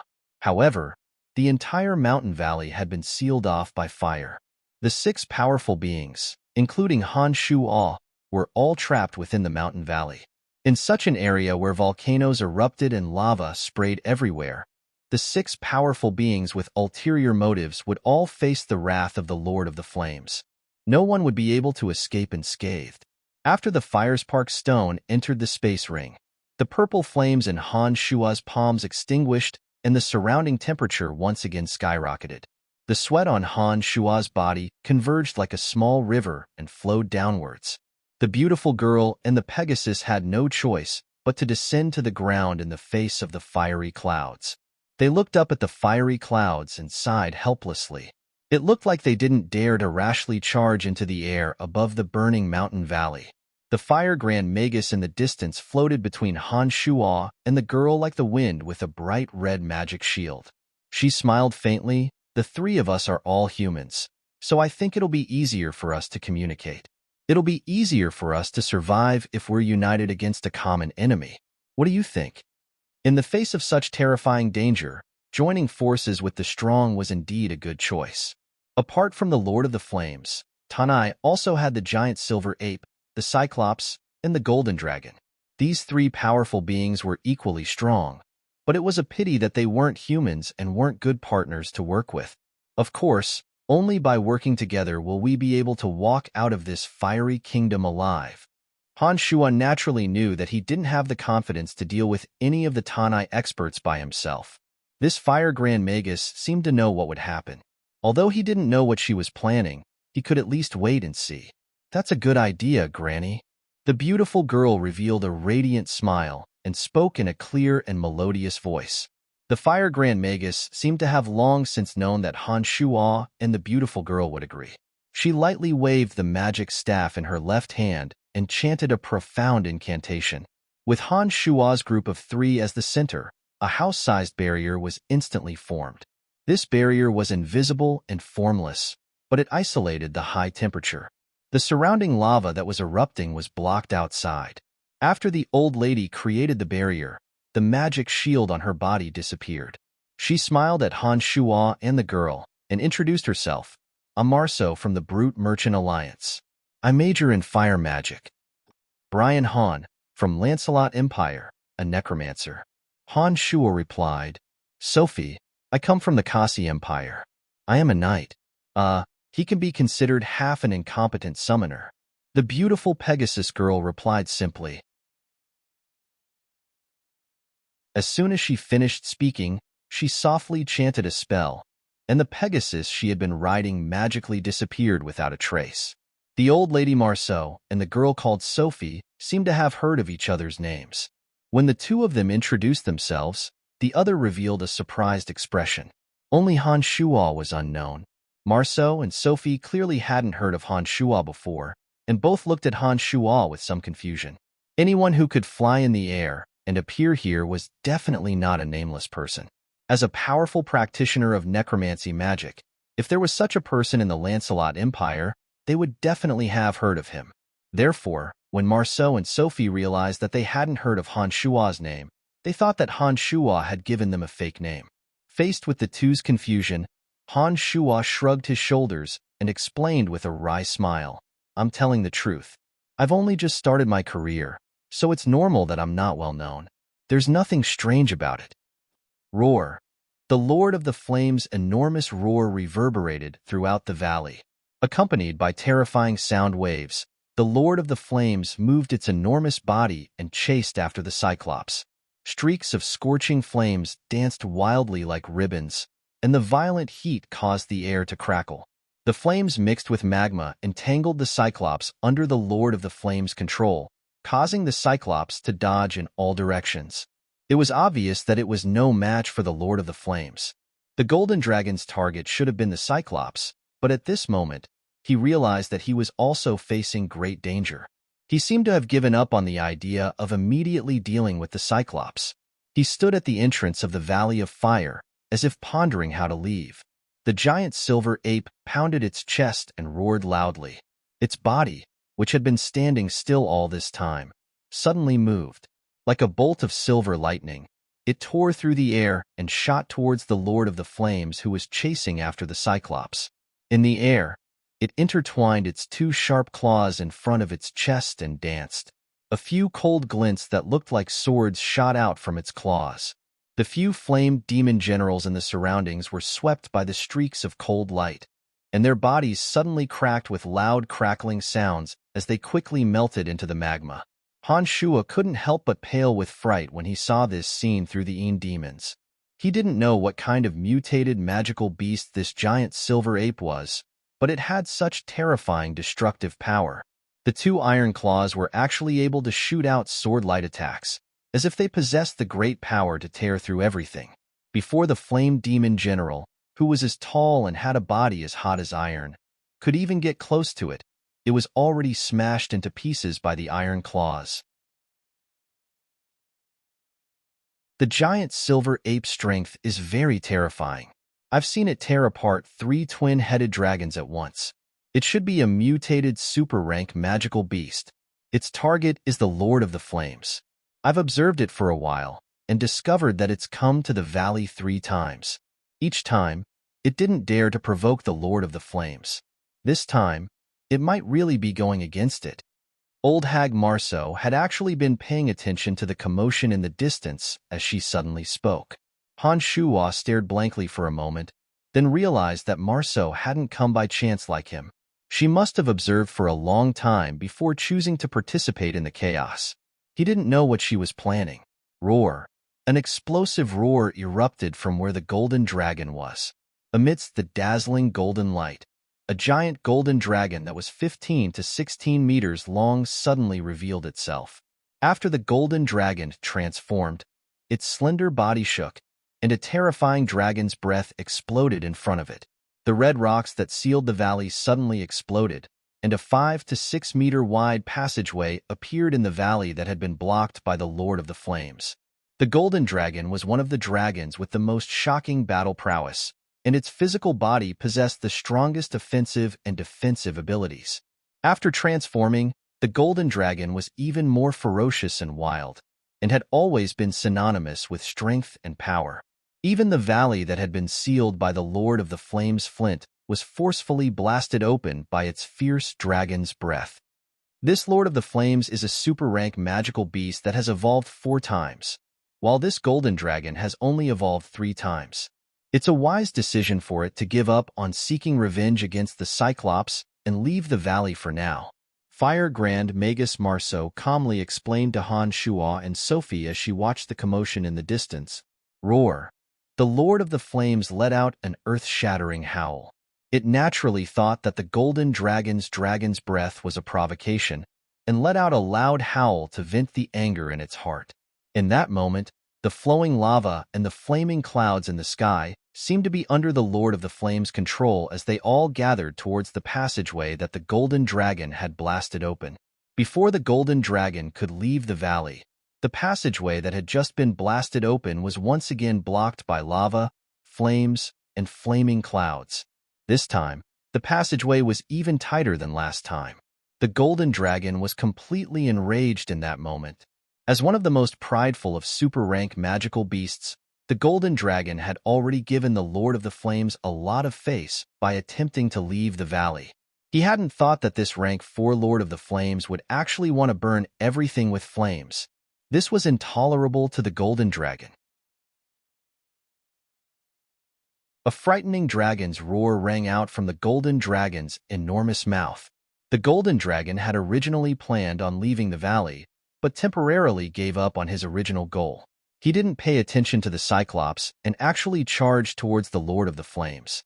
The golden dragon swung his tail wildly as he flew, but the flaming rocks were unable to leave even the slightest mark on his golden body. At the same time, Fire Grand Magus Marceau suddenly cheered in joy and said excitedly, "Chance, our chance has finally come." Turning his head to glance at Marceau, Han Shua said calmly, "I think you should tell us your plan and intentions now. Otherwise, the two of us wouldn't be following you in a daze."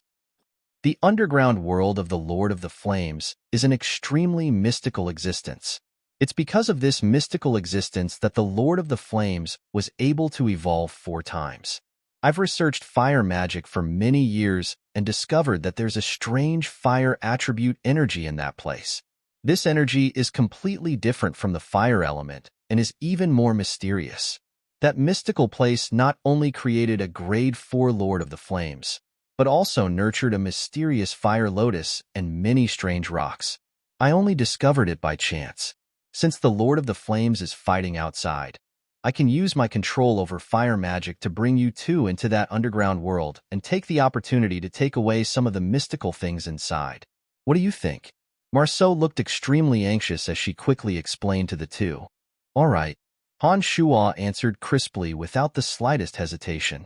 This fire archmage named Marceau was definitely a powerful person. She was actually able to discover this place of extreme fire and understand that there was an element of fire that was different from the fire element within. It looked like she'd put in a lot of effort into this place of extreme fire.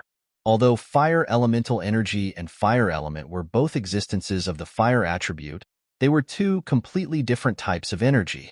Any mage in this world, as long as they had mental strength, could communicate with fire elemental energy and cast fire magic anywhere.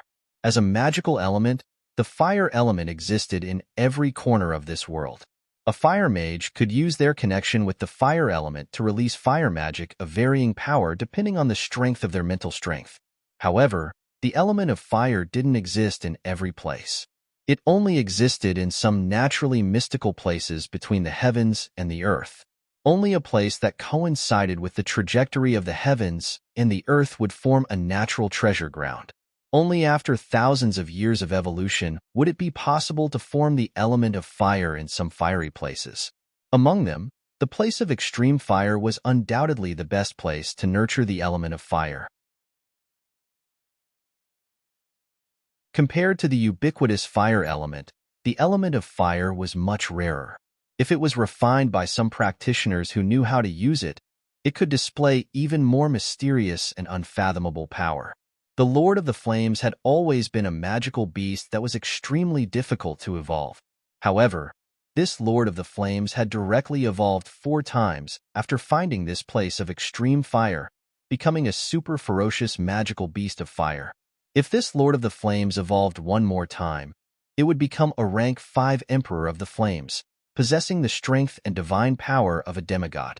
If the Emperor of the Flames could break through to rank 5, it would surpass the category of magical beasts and become a fire god with a divine spark, possessing true divine power and powerful control. Han Shua understood that this was an opportunity. No matter what, he had to get to the place of extreme fire and see if there was a chance to refine the fire elite zombie here in the future. The 5 elemental zombies were Han Shua's goal. Adding this place of extreme fire, then there was only the place of extreme metal that hadn't been discovered yet. Only when all 5 elemental zombies were gathered would they be able to unleash the destructive effect of the formation. The beautiful young lady Sophie, whose target this time should be the Cyclops, was obviously a bit hesitant towards Marceau's suggestion. She blanked out for a while, and finally nodded lightly under Marceau's anxious gaze, agreeing to Marceau's suggestion. All right, let's take advantage of their battle to quickly reach the underground kingdom of the Lord of the Flames. Seeing that Sophie had agreed, Fire Grand Magus Marceau's face lit up with joy and she hurriedly chanted a magical incantation. Suddenly, the invisible magical boundary that enveloped Han Shua's group began to emit sparks, as if it had the ability to absorb the fire element. As the sparks flew, the extremely dense fire element in the surroundings was rapidly sucked into the boundary. The boundary that had absorbed a large amount of fire element continuously tightened bit by bit, blossoming with a brilliant red light. The temperature inside also rose steadily until the temperature inside the boundary rose to around 40 degrees and became 3 to 4 meters wide. Only then did the temperature rise and space shrink stop. "Let's go," Fire Grand Magus Marceau called out softly. The boundary brought the three of them around the battle between the enormous creatures and suddenly landed in the fiery crack on the ground that was spewing lava.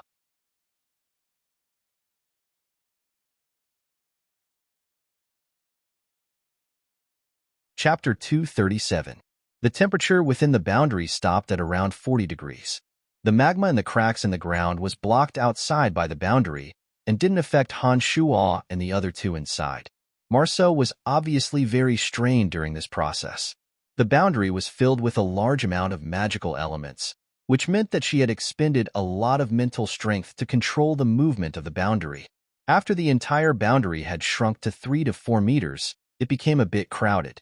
In addition, the temperature inside was at 40 degrees. Although it didn't burn everything like the outside, it still made people feel wet and uncomfortable. However, Han Shua's body could easily handle this level of temperature. Even if he didn't activate his magical yuan to resist it, Han Shua didn't lie down with his body drenched in sweat.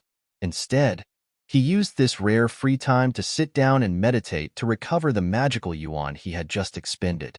The beautiful female knight, Sophie, was wearing tight clothes that stuck to her beautiful body. Her clothes were drenched in sweat, as if she had just finished bathing and walked out of the bath, accentuating the curves of her body. Due to the high temperature, fragrant sweat flowed all over her body, and her breathing was uneven. She kept waving her hands to fan herself, as if she wanted to cool herself. Fire Grand Magus Marceau was completely focused on controlling the boundary. She was as focused as Han Shu. The wrinkles on her face were like ravines, and they were also filled with sweat. They couldn't help but slowly flow down her body due to the influence of gravity. The two demons were placed in the valley and observed everything that happened outside, so that Han Shuo could understand the situation above at any time and make accurate decisions. After falling into the cracks in the magma, the boundary sunk all the way down. The surrounding flames burned fiercely, and some of the magma exploded in all directions with a loud rumble that shook the earth and mountains. When the magma hit the surface of the boundary, beautiful sparks appeared, presenting a beautiful scene of a sea of fire. Unfortunately, of the three people in the boundary, Han Shuo and Marceau were too focused to pay attention to the scenery around them. Female Knight Sophie was wet all over and uncomfortable, and there was also a ball of anxious flames burning in her heart. Naturally, she didn't have the mind to pay attention to the beautiful scenery around her. Amidst the blazing and gorgeous sparks, the three of them gradually sank along with the barrier. Among them, Fire Grand Magus Marceau controlled the boundary to shift its direction and slowly descend into the depths of the Earth's core. She seemed to be familiar with the situation here. Finally, the moving boundary suddenly came to a halt. Han Shuo instantly opened his eyes and sized up the scenery around him with glistening eyes. In the shortest amount of time possible, he imprinted the scenery around him into his mind. The first thing that came into view was a wide lake of fire. It was like a burning sun, emitting blazing light and heat. The surging magma was in the form of a fire dragon pillar, rising up from the fire lake one after another. It was probably because of the Flame Lord's power that it was so ferocious. Around the wide lake of fire, there were stone walls that radiated fiery light. These stone walls were as red as soldering iron, emitting a scorching heat. The glaring red light filled the surroundings, causing this area to become a huge space of flames. In the middle of the fire lake, a strange fire lotus blossomed mysteriously in the boiling magma of the fire lake. It flickered with a bewitching red light and swayed along with the rolling fire lake. This posture seemed to possess a soul-stirring beauty.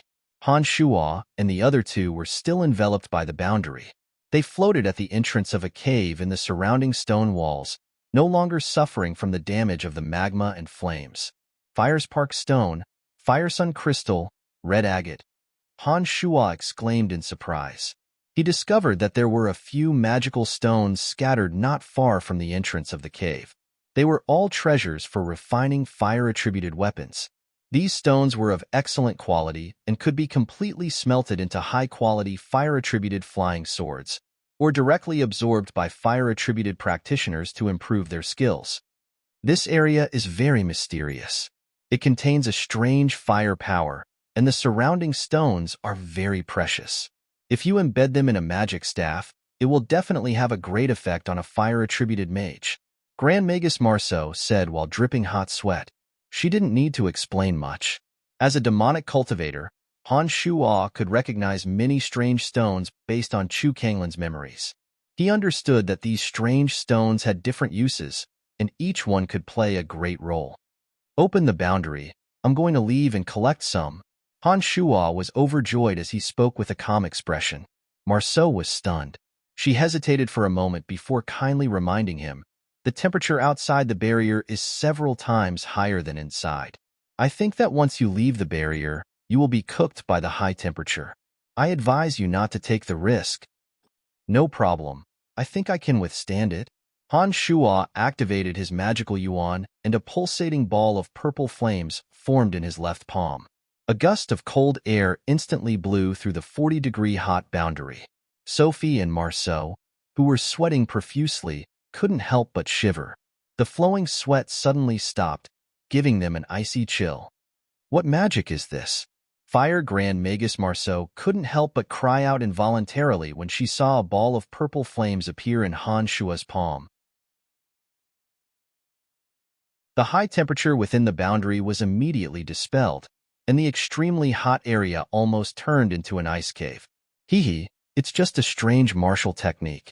Don't worry, I think I can withstand the high temperature outside.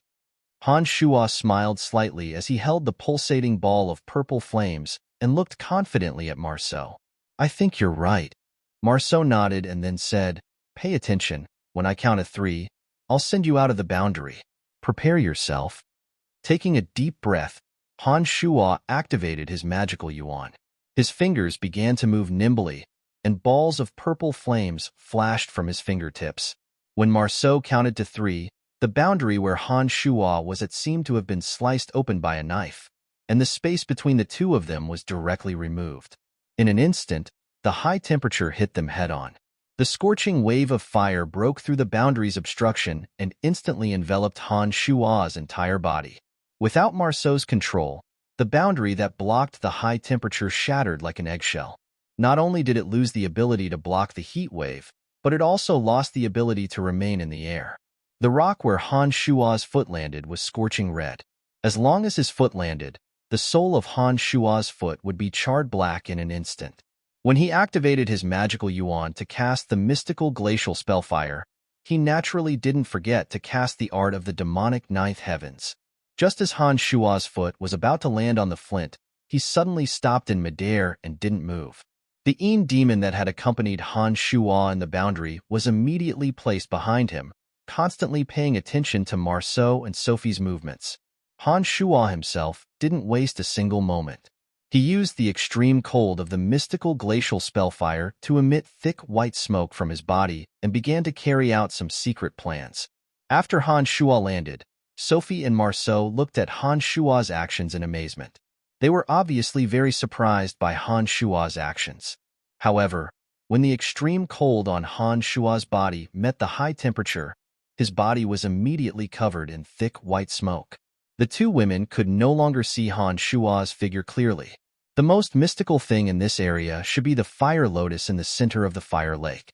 He's gone to collect rocks to forge weapons, so let's go pluck that fire lotus.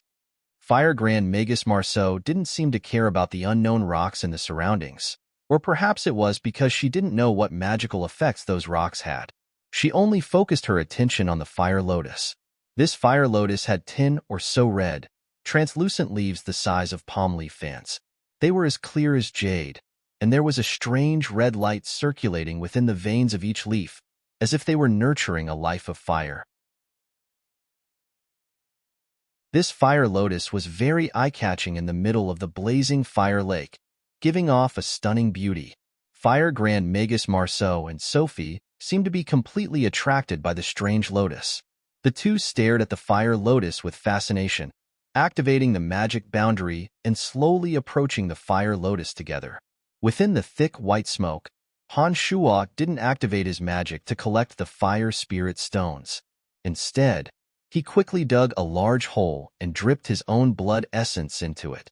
His eyes shone with a divine light as he looked at the fire lotus from time to time. His expression was incomparably calm, as if he was rapidly thinking about what to set up. Han Shuo had heard Marceau's description before coming down and understood that a fire lotus had been nurtured in the place of extreme fire, so he already had his own plans. No matter what, this fire lotus couldn't be obtained by Marceau and Sophie. As a treasure nurtured in the place of extreme fire, the fire lotus had the miraculous effect of directly wrapping around zombies and turning them into a fire elite zombie. Depending on how long the place of extreme fire had been formed, as well as some special opportunities, treasures of the 5 elements could be nurtured. The places of extreme earth, extreme wood, and the Valley of Sunshine's extreme water that Han Shuo had discovered hadn't produced any treasures, perhaps because they'd been formed for too long, or perhaps because there hadn't been any suitable opportunities.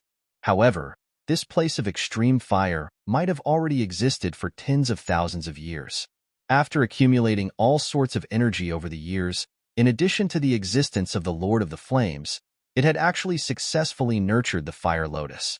As a treasure of the place of extreme fire, the fire lotus had grown for tens of thousands of years and absorbed all sorts of fire elemental energy, becoming a wondrous treasure. With the existence of the fire lotus, Han Shuo didn't need to waste a huge amount of time to gather all sorts of materials. He could directly use a secret technique to form a large formation in the place of extreme fire, then use his blood essence to activate the formation and throw a zombie into the fire lotus. Based on the nutrients that the fire lotus had absorbed over tens of thousands of years and the dense fire elemental energy in the place of extreme fire, it would directly help an ordinary zombie evolve into a fire elite zombie. This was a once-in-a-lifetime opportunity. Han Shuo absolutely wouldn't allow Marceau to take the fire lotus. After he left the boundary, he had already started to set everything up. As Marceau controlled the boundary and slowly approached the fire lotus, Han Shuo turned into a thick cloud of white mist and shuttled through the caves around the fiery red rock walls. In the eyes of Marceau and Han Shuo was taking the opportunity to collect some strange ores in the surroundings. What they didn't know was that under the cover of the thick smoke, Han Shuo had already quickly and successfully excavated the formation I needed to refine the fire elite zombie. Although there was the fire lotus, there weren't any other materials to refine the fire elite zombie. Han Shuo's blood essence had completely replaced the practice between the formation eyes. Fortunately, Han Shuo had swallowed a 300-year-old blood essence grass and converted enough blood essence. Otherwise, he definitely wouldn't have been able to successfully use the large formation this time. After Han Shuo walked around the surrounding rock walls and successfully excavated the formation eye, he immediately chanted an incantation and summoned the little skull from a distant plane. Hurry up and bring a zombie that you approve of. He'll receive the same treatment as the Earth Elite zombie. Han Shuo passed on an order. Without waiting for the little skull to nod in understanding, he sent the little skull back to a distant plane. Then, purple flames danced between Han Shuo's hands as he activated his magical yuan. In the direction where the little skull had been standing, the purple flames danced in Han Shuo's hands, creating a suitable temperature for that area. The little skull's body was purely made of sparkling white bones. After many times of forging and tempering, Han Shuo had sufficient confidence in the little skull's body's toughness. He knew that this level of high temperature wouldn't affect him at all. However, if an ordinary zombie suddenly appeared in such a place, it would definitely be burned to a painful state by the high temperature. It was hard to say whether it would be directly burned to death. Therefore, in order to successfully refine the fire elite zombie, Han Shuo had no choice but to make preparations in advance, lest he be roasted to death by the high temperature once he fell into this space. An urgent call came through the little skull from an infinitely distant plane. When Han Shuo received this call, he immediately chanted an incantation. Then, in the area of suitable temperature created by magical yuan, The little skull appeared in front of Han Shuo with an incomparably large zombie warrior in his hand. Perhaps the little skull sensed Han Shuo's anxiousness, but he didn't have time to search in his haste and casually grabbed a zombie warrior with an unusually large head. "All right, it's you." Time was of the essence. Han Shuo had already set up everything. Seeing that Marceau and the little skull were already close to the fire lotus, he didn't have time to be picky. He grabbed the big-headed zombie and rushed towards the central fire lake.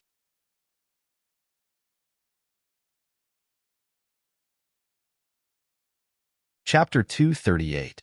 The closer they got to the fire lake, the hotter the temperature became. Afraid that the big-headed zombie wouldn't be able to withstand the heat, Han Shuo had no choice but to use his magical yuan to activate the mystical glacial spellfire to lower the temperature around them.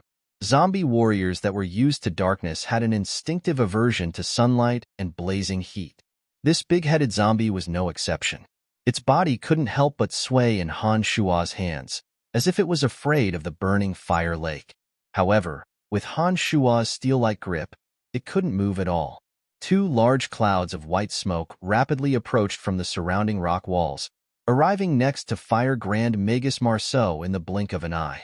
At this time, Marceau and Han Shuo were only 3 meters away from the fire lotus below.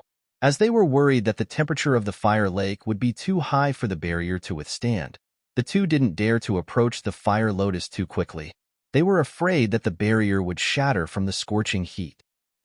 Why are you here?" Marceau was shocked when Han Shuo approached in the form of 2 clouds of smoke. Although she couldn't see Han Shuo's appearance due to the thick smoke, she recognized Han Shuo from Han Shuo's actions just now. "I can't withstand the heat anymore. Please let me enter the barrier to rest." Han Shuo's hurried pleading came from the thick smoke. Han Shuo had already stopped next to the barrier when his voice was heard. Marceau seemed to be in a bit of a dilemma when she heard this. It seemed that it was very difficult for her to bring Han Shuo into the barrier at the moment. She stood there in a daze, hesitating for a moment. Suddenly, Han Shuo's exhausted cry of surprise sounded from the thick cloud of smoke next to Marceau. The thick smoke suddenly sank down and fell into the beautiful fire lotuses that were blooming below. Shrill screams suddenly came from the thick smoke below, causing one's heart to tremble. This caused the two girls, who were confused by the sudden change, to be unable to react for a moment. However, Han Shuo, who was covered by the thick smoke, had a calm expression on his face even though he was screaming in agony. He grabbed the struggling big-headed zombie warrior and slowly pushed him into the pistil of the fire lotus. An arrow of blood shot out from Han Shuo's left index finger and fell directly into the big-headed zombie's mouth. At the same time, Han Shuo imprinted a seal of darkness magic on the big-headed zombie's body. A mass of pulsating purple flame covered the surface of Han Shuo's body according to his will. Then, Han Shuo shot out beams of black demonic light that twined around the big-headed zombie. When Han Shuo formed the shape of a lotus with a few drops of blood essence and forcefully clasped it onto the big-headed zombie's head, he seemed to have triggered some sort of restriction. In the blink of an eye, 24 blazing, blood-red beams of light suddenly shot out from the cave walls surrounding the fire lake, all converging towards the fire lotus. The dense fire origin energy seemed to be escorted by 24 ribbons as it frantically gathered towards the fire lotus in the center. The beautiful fire lotus blossomed with dazzling red light like a dancing flame.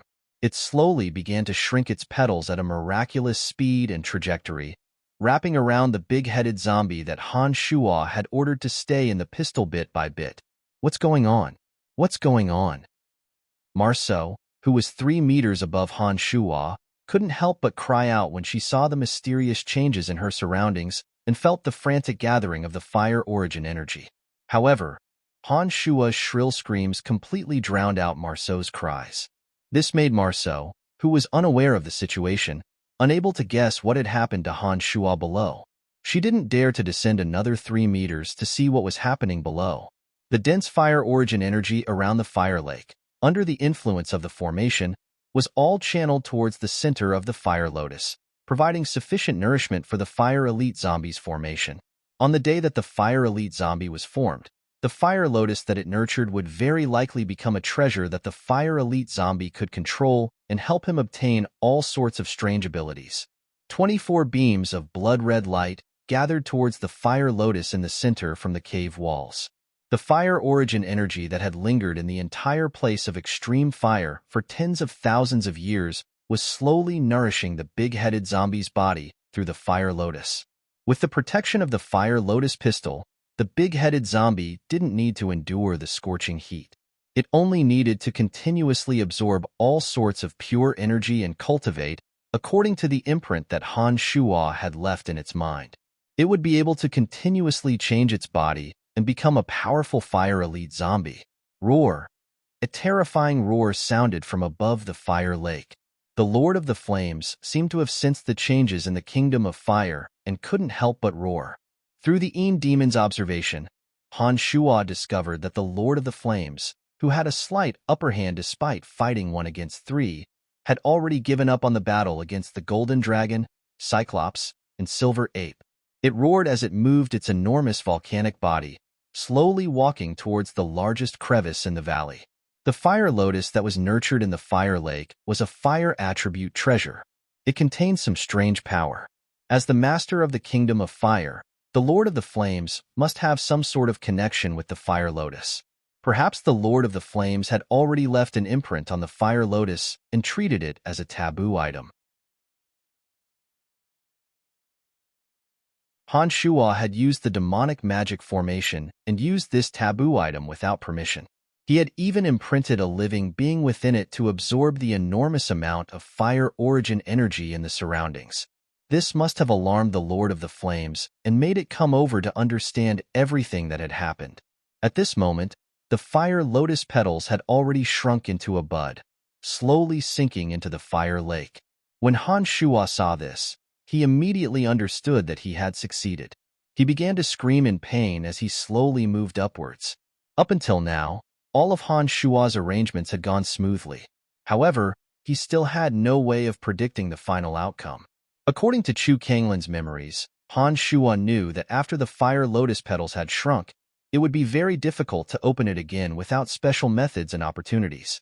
However, as the master of this fire lake, Han Shuo had no way of knowing if the Lord of the Flames had a way to open the fire lotus. From the very beginning, Han Shuo knew that he wasn't completely confident in this matter. The reason why he had to do this was because he had no other choice. Otherwise, if he lost this opportunity, he didn't know when the Lord of the Flames would leave this place of extreme fire, nor would he have a fire grand magus bring him into this strange space. Therefore, even if he wasn't completely confident, Han Shuo had to make use of this rare opportunity to plant the big-headed zombie into the fire lotus.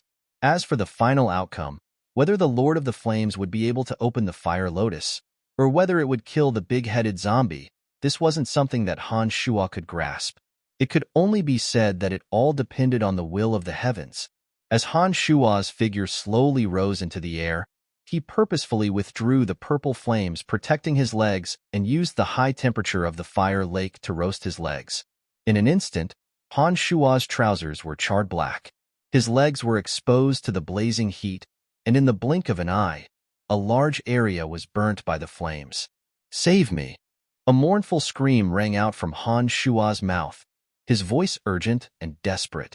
However, under the cover of the thick smoke, Han Shuo didn't have any expression of pain on his face.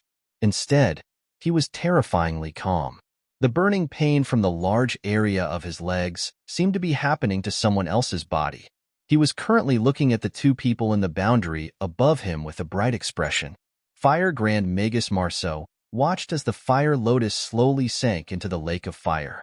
She seemed to be extremely discouraged and had a face full of regret. She didn't seem to care about Han Shuo's shouts as she kept murmuring, "My fire lotus, my fire lotus." On the other hand, it was the female knight Sophie who showed sympathy for Han Shuo. She was drenched in sweat as she panted. She pulled on the corner of Marceau's clothes and said anxiously, "Let's save him first." Under Sophie's tugging, Fire Grand Magus Marceau suddenly woke up with a start. She looked down with a mournful expression and sighed. She nodded unwillingly and started chanting a magic incantation. A strong magical wave suddenly enveloped Han Shua's body. Amidst the crackling sparks, Han Shua's body was pulled by the fire element and suddenly squeezed into the boundary that Sophie and Marceau were in. When Han Shua had left earlier, a part of the 3 to 4 meter magic boundary had been cut off. Now that Han Shua's body had squeezed in again, the part that had been cut off didn't return. The magic boundary that Sophie and Marceau had been in suddenly became very crowded with Han Shua's addition. Right now, Han Shua's face was pale and weak. A large area from his knees to his feet had been roasted by the high temperature of the fire lake. Not only did it look very horrifying, but it also gave off an unpleasant smell. In the crowded boundary, the Fire Grand Magus didn't seem to be too willing to lean against Han Shua due to her identity, age, or other reasons. She forcefully retreated to a corner, causing the limp Han Shua and Sophie to lean against each other. Han Shua moved his body with difficulty and pretended to cry out in pain, seeming to want to sit up from his limp position. When his 2 hands were supporting the invisible boundary, he couldn't avoid touching Sophie's thighs because of the squeezing of the boundary. The temperature within the boundary had been maintained at around 40 degrees after Han Shua had left. Sophie was still sweating profusely, and her entire body was wet and uncomfortable. Her clothes were all wet and stuck to her curvaceous body. Under Han Shua's unintentional touch, he could feel the taut fullness of Sophie's thighs. He could even feel the powerful strength contained within her extremely elastic thighs. Originally, the burning of his 2 legs was intentional. This degree of burning wouldn't affect the function of Han Shua's 2 legs. Apart from looking a bit frightening and causing some completely bearable pain to Han Shua, it didn't have any other effects. Therefore, when Han Shua pretended to be in pain and wanted to sit up, he let out low cries of pain. He wasn't as miserable as he appeared to be. Therefore, when his arm unavoidably touched Sophie's slender thighs, he actually had the leisure to evaluate the elasticity and beauty of Sophie's thighs in his heart. Perhaps it was because the boundary was indeed very crowded, but this kind of action, which could even be considered frivolous, was only treated by Sophie as a helpless and unintentional carelessness. It didn't cause her displeasure. Her crescent brows slightly furrowed. Instead, she looked at Han Shua with some sympathy and said with a kind heart, "I'll help you." Sophie's soft voice rang in Han Shua's ears. Then, under the pained expression of Han Shua clenching his teeth, her body slightly crouched down. Her slender hands supported Han Shua's shoulders, helping Han Shua get up and help him sit down in the boundary. During this process, due to the crowding of the boundary, it was inevitable that the 2 of them would come into physical contact. When Han Shua's arms were propped up by her, the skin between their arms was tightly pressed against each other. Han Shua even accidentally used his shoulder to touch Sophie's firm and curvy breasts. "Thank you very much." When Sophie helped Han Shua sit up from his limp posture, Han Shua sincerely looked at Sophie and sincerely thanked her. "Don't mention it. This is what I should do."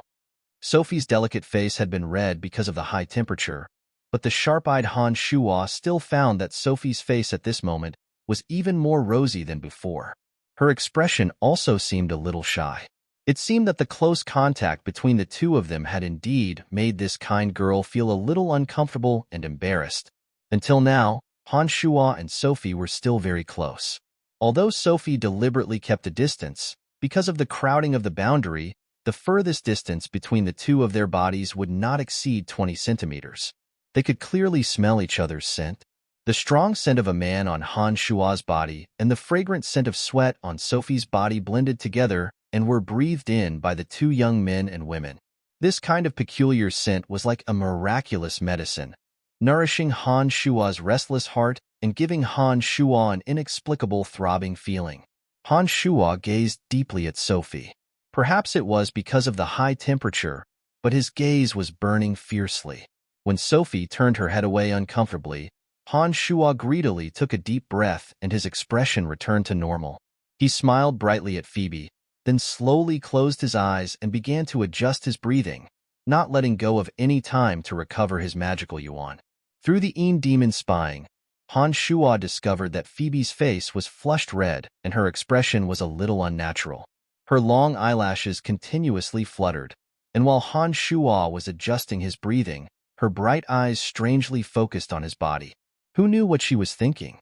On the other side, Fire Grand Magus Marceau didn't notice Han Shuo and Sophie's movements. As the Lord of the Flames' loud roar approached, Marceau had no time to care about her surroundings. She was focused on controlling the boundary and slowly rising above the magma.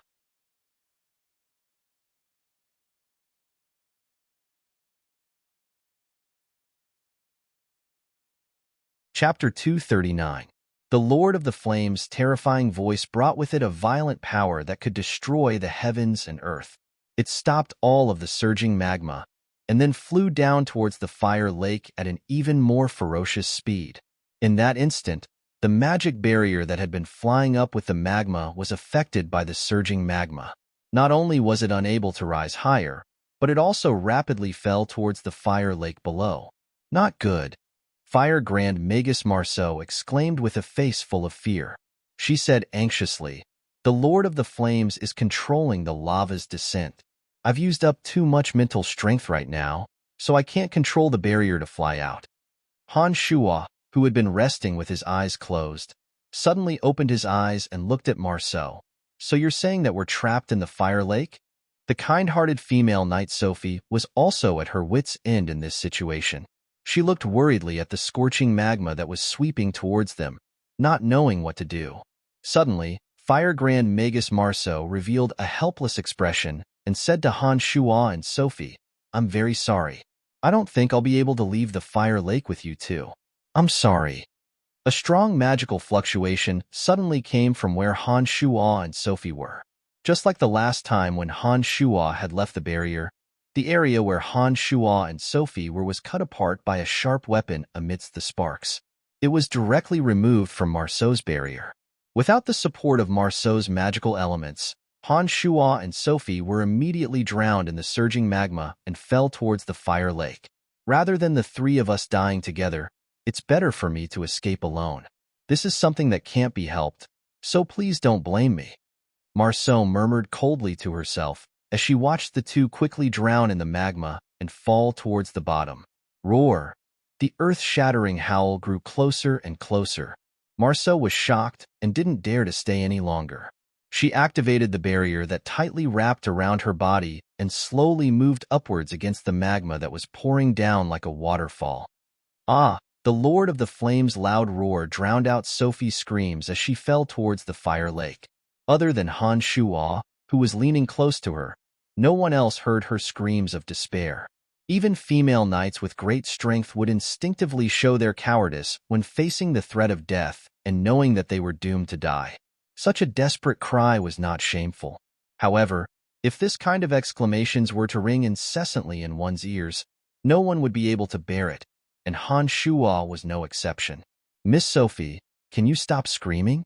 Han Shuo said to the screaming Sophie with a pained expression as he held onto Sophie's waist with one arm. Strangely, the magical barrier that Marceau had left behind didn't suddenly shatter due to Marceau's departure. Instead, it was covered by a layer of dark light. The dense magma in the surroundings crashed into the dark barrier, but it didn't move at all. Only rays of dark light slowly seeped out of Han Shuo's body and tightly attached to the dark barrier. Sophie quickly recognized the situation after being berated by Han Shuo. Her bright eyes quickly scanned the surroundings, and she suddenly cried out in joy, "We're actually not dead. Of course, I've just recovered a bit of my strength. I think we can still hold on until we leave this mysterious existence." Han Shuo smiled at Sophie and comforted her. Suddenly, Sophie realized that her waist was still being held by Han Shuo's arm. She immediately straightened her body uncomfortably and broke free from Han Shuo's arm, maintaining a tight distance from Han Shuo.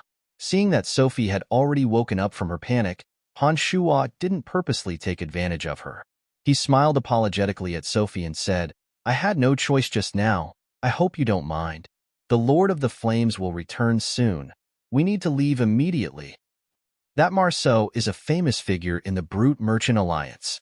To think that she would do such a thing. What a despicable person. The kind Sophie was still brooding over Marceau's actions and angrily rebuked him. Han Shuo felt that it was only natural and didn't think that Marceau's actions were inappropriate.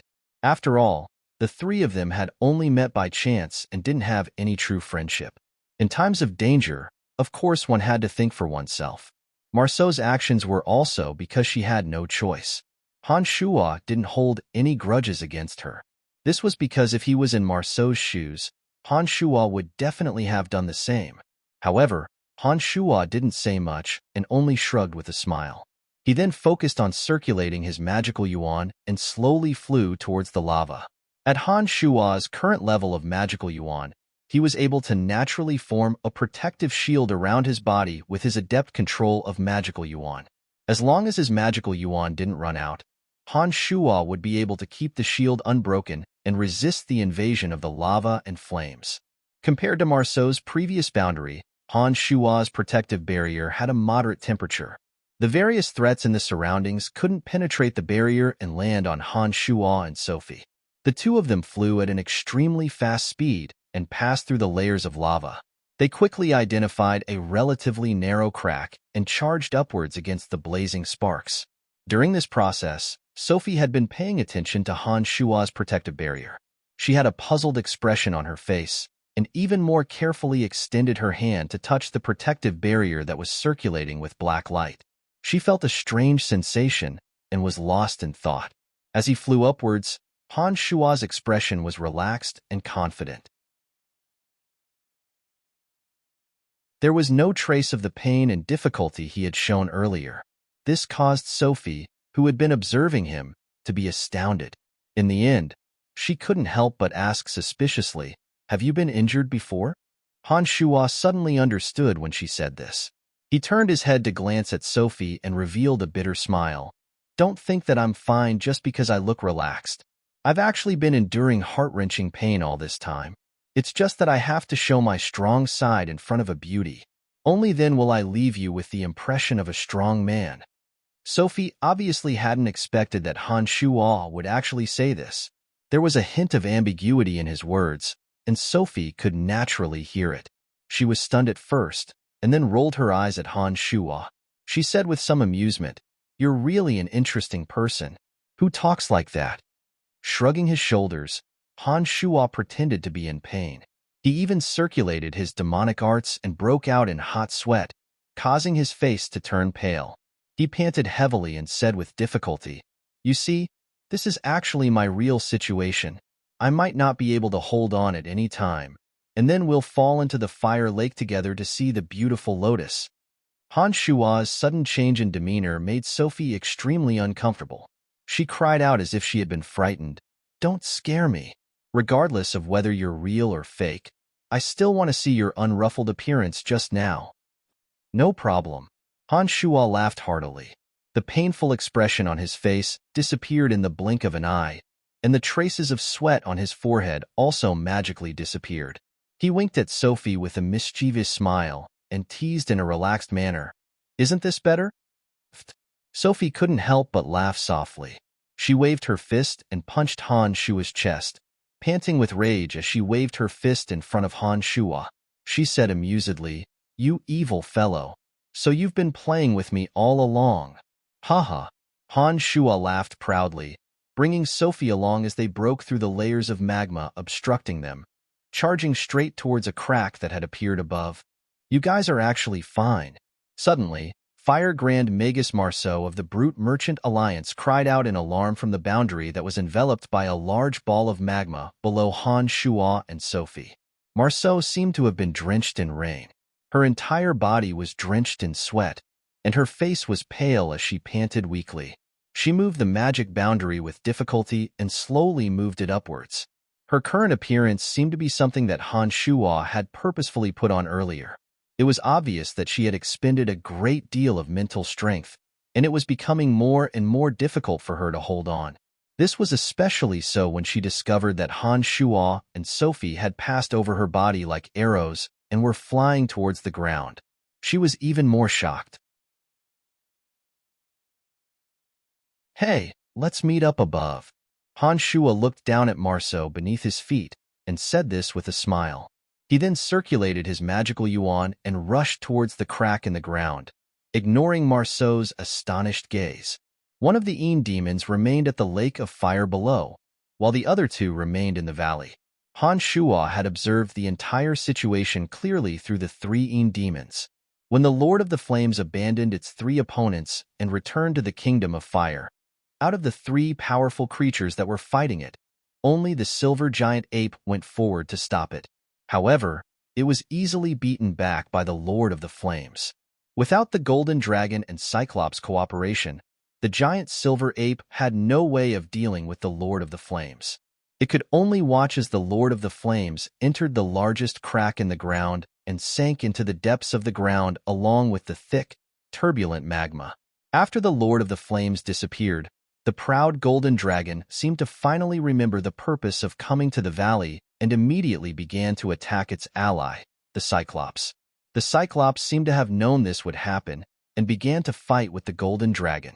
They forcefully blasted open the valley's passageway and gradually fought their way out. When the Lord of the Flames fell into the Kingdom of Fire, the giant silver ape knew that it didn't have any more chances. It pounded its chest and stomped its feet as it left the passageway the Golden Dragon had torn open, disappearing without a trace after a few leaps. This information had been obtained by Han Shuo through the two Een demons he had left in the valley. The only Een demon left near the Lake of Fire had also finally discovered the Lord of the Flames' enormous body. It had mixed with the turbulent magma and was slowly sinking to the bottom of the Lake of Fire. Roar! A long howl sounded from a crack in the ground as a sharp black arrow shot out and instantly hovered in the air above the valley. Having escaped death, Han Shuo was in such a good mood that he let out another long howl. The black light swirling around his body cracked and shattered like an eggshell. Streaks of black light intertwined together like lightning and slowly sank into Han Shuo's skin. These wriggling black lights writhed on Han Shuo's exposed skin like nimble tattoos, displaying a soul-stirring, bewitching beauty. As Han Shuo let out a drawn-out dragon's roar, the black lights slowly receded and Han Shuo's skin returned to its normal color. How much longer are you going to hold on for? Sophie watched the series of changes on Han Shuo's body and couldn't help but glare at Han Shuo to remind him when she saw Han Shuo clinging to her waist. Because the protective barrier had shattered, Han Shuo was afraid that Sophie would fall directly from the sky. Therefore, in his panic just now, he'd once again used his right hand to wrap around Sophie's slender waist, feeling the elasticity and softness of Sophie's slender waist. The long howl from before had been indescribably pleased and satisfied. I had no choice, hehe. I had no choice. Han Shuo didn't feel the slightest bit awkward as he chuckled. I don't know if you'll fall to your death if I let go. Looking unkindly at Han Shuo, Sophie glared at Han Shuo and pointed below. The ground is only a few meters above me, and there's an empty space around that hasn't been covered by lava. Do you think a knight who dares come to the dark forest alone will fall to his death from a few meters in the air? I don't think so. You should have warned me earlier. Han Shuo rubbed his head and grinned cheekily. He tightened his right hand around Sophie's slender waist, feeling the softness and wonder of her slender waist for a moment before letting go and letting her fall to the ground. Roar! Suddenly, the Lord of the Flames' strange howls sounded from the depths of the ground. Through the observation of the Een demon below, Han Shuo discovered that the Lord of the Flames' enormous body had completely melded into the Lake of Fire. The fire lotus that had sunk into the Lake of Fire was held in its iron-like palm. Waves of enormous intent descended from the Lord of the Flames into the fire lotus through some mysterious power. Just as Han Shuo was on tenterhooks, the Lord of the Flames suddenly raised its head and howled repeatedly. It held the closed fire lotus as if it had found a treasure and carefully caressed it. The killing intent on its body vanished, and it hugged the fire lotus to its chest like a mother. The entire Lake of Fire was instantly filled with a strange motherly love. It can't be treating the fire elite zombie as its own child, can it? Han Shuo was flabbergasted as he guessed incredulously.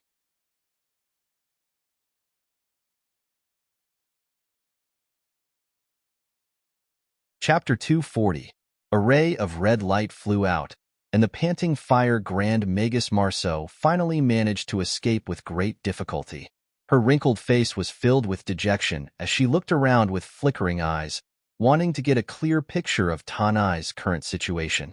After being tormented by the four behemoths, the beautiful scenery and flower-filled valley was completely destroyed. The ground was filled with ravines and streams of magma flowed everywhere. Inside the holes that were full of potholes, raging flames were burning, and the air was filled with the smell of burnt flesh. Marceau looked around and heaved a sigh of relief when she saw that the golden dragon, Cyclops, and silver ape weren't there. When she discovered that Han Shuo and Sophie were coldly looking at her from afar, she forced out an ugly smile and explained apologetically, "Congratulations on regaining a new life. The situation just now was special. I hope you can understand. I had no choice."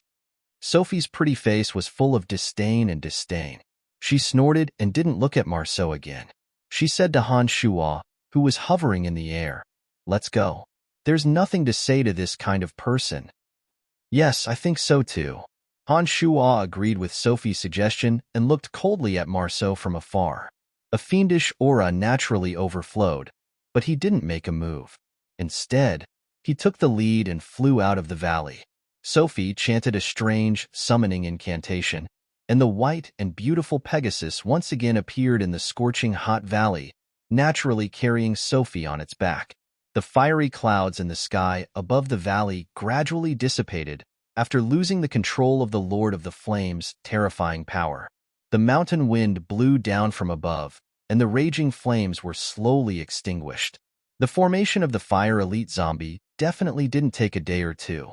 It would be a slow process. From the Demon's observation, not only did the Lord of the Flames not have the slightest bit of malice towards the life within the Fire Lotus, it even carefully protected him like a child. The Fire Elite Zombie's safety was definitely not an issue. Once the Fire Elite Zombie had absorbed enough energy, it would certainly emerge from the Fire Lotus. At that time, this place of extreme fire would also become the Fire Elite Zombie's Kingdom of Fire. Using his connection with the Fire Elite Zombie, Han Shuo could use the Fire Elite Zombie to sweep away all the fire attribute spiritual stones that had been bred in the surrounding place of extreme fire. Therefore, he wasn't in a hurry to collect them.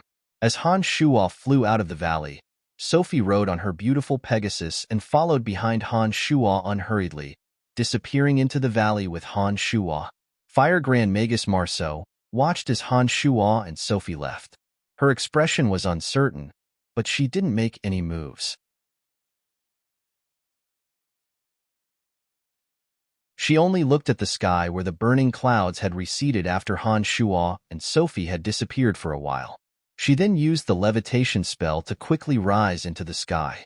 As soon as they left the valley, Han Shuo immediately communicated with Dark Dragon Gilbert through his mind. Little Skull had already been sent back to the other dimension. The demon that had stayed in the fire lake also flew out of the crack in the ground and converged on Han Shuo's side. When the demon returned to Han Shuo's side, Han Shuo also sensed Dark Dragon Gilbert's position. Behind him, female knight Sophie rode on a Pegasus and followed Han Shuo unhurriedly. A pair of beautiful eyes focused on Han Shuo's body and shone with a faint luster. No one knew what she was thinking.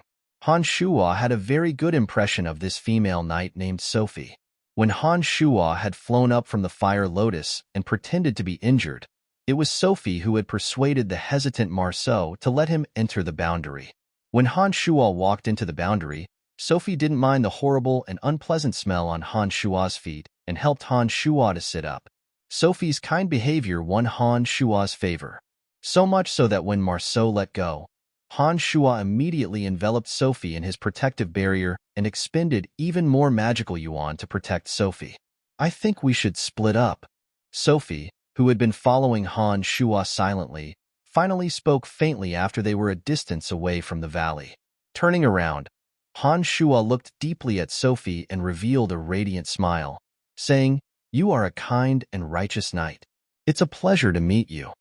Their separation was imminent. Sophie also stared deeply at Han Shuo with interest, as though she wanted to memorize Han Shuo's appearance in her heart. After a while, She smiled sweetly and said, Brian, if you have time to visit Kasi Empire, I can be your guide. Oh, Han Shual was delighted. He then asked with interest, then how should I find you? Sophie glared at Han Shua reproachfully and said strangely, could it be that you've really just made your debut? You don't even know who I am?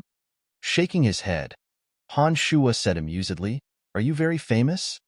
Kasi Empire's Sacred Knight Solo is my father. I'm the only Earth Knight in Kasi Empire who rides a Pegasus. As long as you come to Kasi Empire and want to find me, you will definitely be able to find me. Goodbye, interesting scoundrel. Sophie left behind a string of bell-like giggles and left in another direction on her Pegasus. She flew into the horizon like a little fairy and disappeared in the blink of an eye. She was actually the daughter of a sacred knight. Han Shuo was greatly shocked. Only now did he truly care about Sophie's identity. He didn't expect her to be born into a wealthy family and have such a terrifyingly powerful father. In the current profound continent, only the strongest experts would add the word sacred to their professions. Regardless of whether it was a sacred magus, sacred swordmaster, or sacred knight, they were all publicly recognized as the most powerful figures on the continent. No matter which country they were in, these people would have an illustrious position and be revered by all citizens. Such a figure possessed terrifying strength. Such a figure could even reverse the outcome of a war. They existed as the protector of a country and possessed strength that even the king had no choice but to treat with caution. Sophie's father was actually a sacred knight. No wonder she was so confident. When Han Shuo expressed that he had never heard of her, she rolled her eyes fiercely at Han Shuo. However, in the legends, there was another kind of existence that surpassed the boundary of sacred and possessed the title of god. They were an existence closest to the gods and were known as demigods in the secular world. They were the pinnacle of their professions. In hundreds and thousands of years, only a few characters had appeared. They were known as magic gods, sword gods, and divine knights. Such demigod existences possessed the destructive power to destroy the heavens and earth. They had strength comparable to the gods. If they could break through their limits and take another step forward, they would be able to break through the shackles and become true gods. It was a pity that the current profound continent didn't have such legendary figures with the word God. Those with the word sacred were already the pinnacle existences on the continent. Sophie flew away on her Pegasus. Han Shuo only gasped in surprise at Sophie's identity for a moment before flying in the direction of Gilbert's location. Along the way, there were huge footprints and traces of an intense battle everywhere. The 2-meter-wide footprints were obviously from the Cyclops. The towering ancient trees in the surroundings were broken and toppled in rows, and some of the small hills were left with bombardment marks. With just a few glances, Han Shuo was certain that the Cyclops and the Golden Dragon must have left the valley from here while fighting. Gilbert must have secretly tailed the two enormous beings. Even now, Gilbert was still following the two powerful beings. Han Shuo could sense his constantly shifting position. Without taking a closer look at his surroundings, Han Shuo followed his connection with Gilbert and activated the art of the demonic ninth heavens with all his might, chasing after Gilbert like a rainbow. Previously, Tanai had been a sea of fire. Only after leaving the valley did he realize that it was already late at night. The stars shone brilliantly and the moonlight sprinkled down like flowing water. It was a pity that the scenery along the way wasn't as beautiful as it seemed due to the battle between the two powerful beings. As Han Shuo flew at full speed for a great distance, he could already hear a tremendous rumble in the distance. It was as if mountains were collapsing and the earth was splitting. The earth seemed to be trembling from the tremendous sound as the distance between him and Gilbert gradually decreased. Just as Han Shuo was flying at high speed, thinking that he would be able to see Gilbert soon, the tremendous rumble in the distance suddenly disappeared. Even the connection between Han Shuo and Gilbert was severed at the same time. Han Shuo couldn't sense his existence no matter how hard he tried. Greatly alarmed, Han Shuo didn't understand what had suddenly happened. He was bewildered by this sudden turn of events. He once again increased his speed and flew towards the location of the black dragon he'd just sensed. The speed of a shooting star allowed Han Shuo to arrive at the scene in a matter of minutes. The traces of the battle between the two enormous beings were still there, and there was a wide area shrouded in black fog in front of him. This area took up a large area. Han Shuo stopped in the air and gazed down. He discovered that the black fog covered an area of 10 miles. The moonlight was completely obscured by the black fog and couldn't shine in at all. Han Shuo couldn't see anything with his eyes either. Waves of fierce and thick evil aura filled the area shrouded in black fog. It seemed to contain some sort of terrifying danger. Han Shuo couldn't sense the existence of any living beings within, as if he was completely blocked by the thick black fog. Hovering in the air for a while, Han Shuo released a Yin demon and had it descend towards the area below. The shapeless Yin demon slowly descended and dove into the area shrouded in black fog with a whoosh. Suddenly, Han Shuo's connection with the Yin demon was completely severed. The Yin demon that entered the black fog disappeared without a trace in the blink of an eye. Han Shuo couldn't sense the Yin demon's location in the slightest. By now, Han Shuo was truly shocked. His connection with Gilbert was due to the power of the contract, so it was understandable that it was blocked by that area. However, the 3 Yin demons had been refined by Han Shuo through his blood essence and had disappeared without a trace after entering that area. This was truly a bit frightening. The area 10 miles in radius below was completely covered by thick black fog. He couldn't see anything at all. Han Shuo could only feel that it was filled with an evil aura. He was certain that there was no simple existence within. The dark forest is full of wonders indeed. There's actually such a strange place. It looks like I have to go in and see what's going on if I want to understand what's going on. Han Shuo looked at the area below and murmured to himself. He activated the magical yuan in his body and formed a protective shield around his body, slowly descending towards the area below.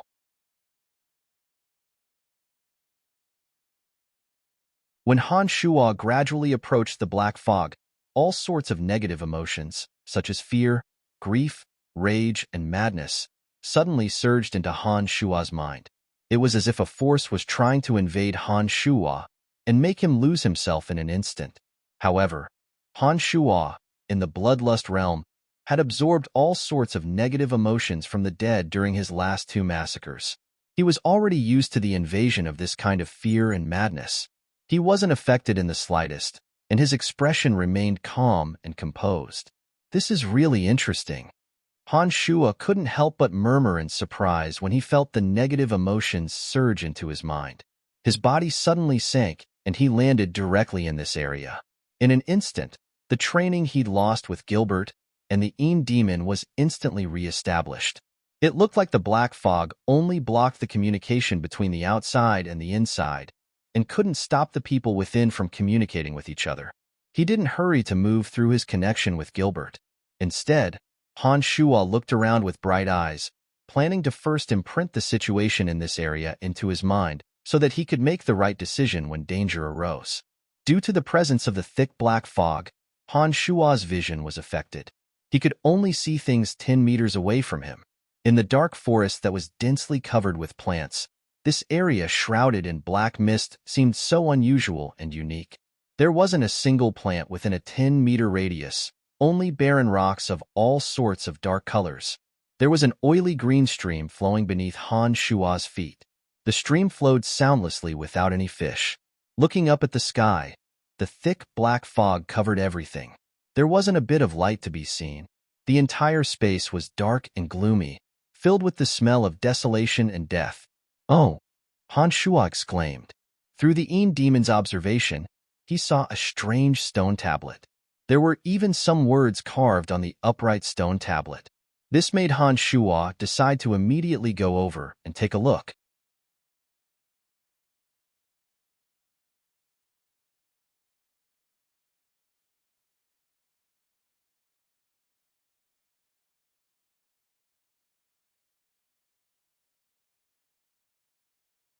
He turned back to mock the Cyclops with disdain and quickly moved his huge body to stand in line with Han Shuo. "You're pissing me off. You damned bug." I'm going to kill you." The Cyclops was infuriated and roared at the sky. His single eye shone with a terrifying light as he pounced at Gilbert.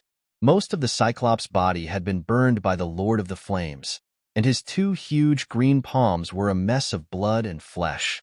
It looked like the battle with the Lord of the Flames and the battle with the Golden Dragon had indeed left him with quite a few injuries. "Shut up. You can hit him and curse him, but you're not allowed to mention the words bug or stinky bug in front of me, or I'll kill you first, you damned one-eyed thief." The Golden Dragon roared angrily behind the Cyclops. The Golden Dragon's body wasn't in good shape either. Not only were large patches of his golden scales black, but some of them were also stained with blood. Even his huge head had a bloody scar. It looked like he'd suffered serious injuries from the consecutive battles. "You're a mad dragon. Do you think I'm afraid of you?" The Cyclops and the Golden Dragon had fought their way out of the valley and had long since become enraged. Although he was extremely angry at Gilbert's despicable actions, he didn't have a good impression of the Golden Dragon either. He immediately turned around to face the Golden Dragon, seeming to want to fight at any moment. This was indeed the case. The proud Golden Dragon couldn't take any provocation. He had already roared and charged forward after the Cyclops' roar and immediately began to fight with the Cyclops. He'd forgotten his target this time and didn't care about Gilbert's life or death. What's going on? Han Shuo felt a headache coming on as he watched the two enormous beings fight in front of him. He couldn't help but turn his head to look at Gilbert and ask with a wry smile, "Hee, I saw the two of them fighting and followed them from behind. I took advantage of the fact that they were both exhausted and moved a boulder the size of a small mountain over, wanting to take the opportunity to smash them both to death. Who would have thought that they'd be so clever and actually dodge the boulder? Then, they chased after me. I was so flustered that I didn't know where I was going. I ran into this strange area. The two of them had lost their minds and followed me without thinking. Then, I discovered that my power had been sealed. Not only did I not have the magic to spray poison and flames, but I also couldn't fly. Of course, that stupid Golden Dragon couldn't fly either and could only crawl like me. It seemed that even the Cyclops' power had been sealed. After a short moment of panic, they made me their primary target and started to attack me together. I had no choice but to come and find you." Gilbert didn't care at all and cackled wickedly as he explained Han Shuo's despicable actions.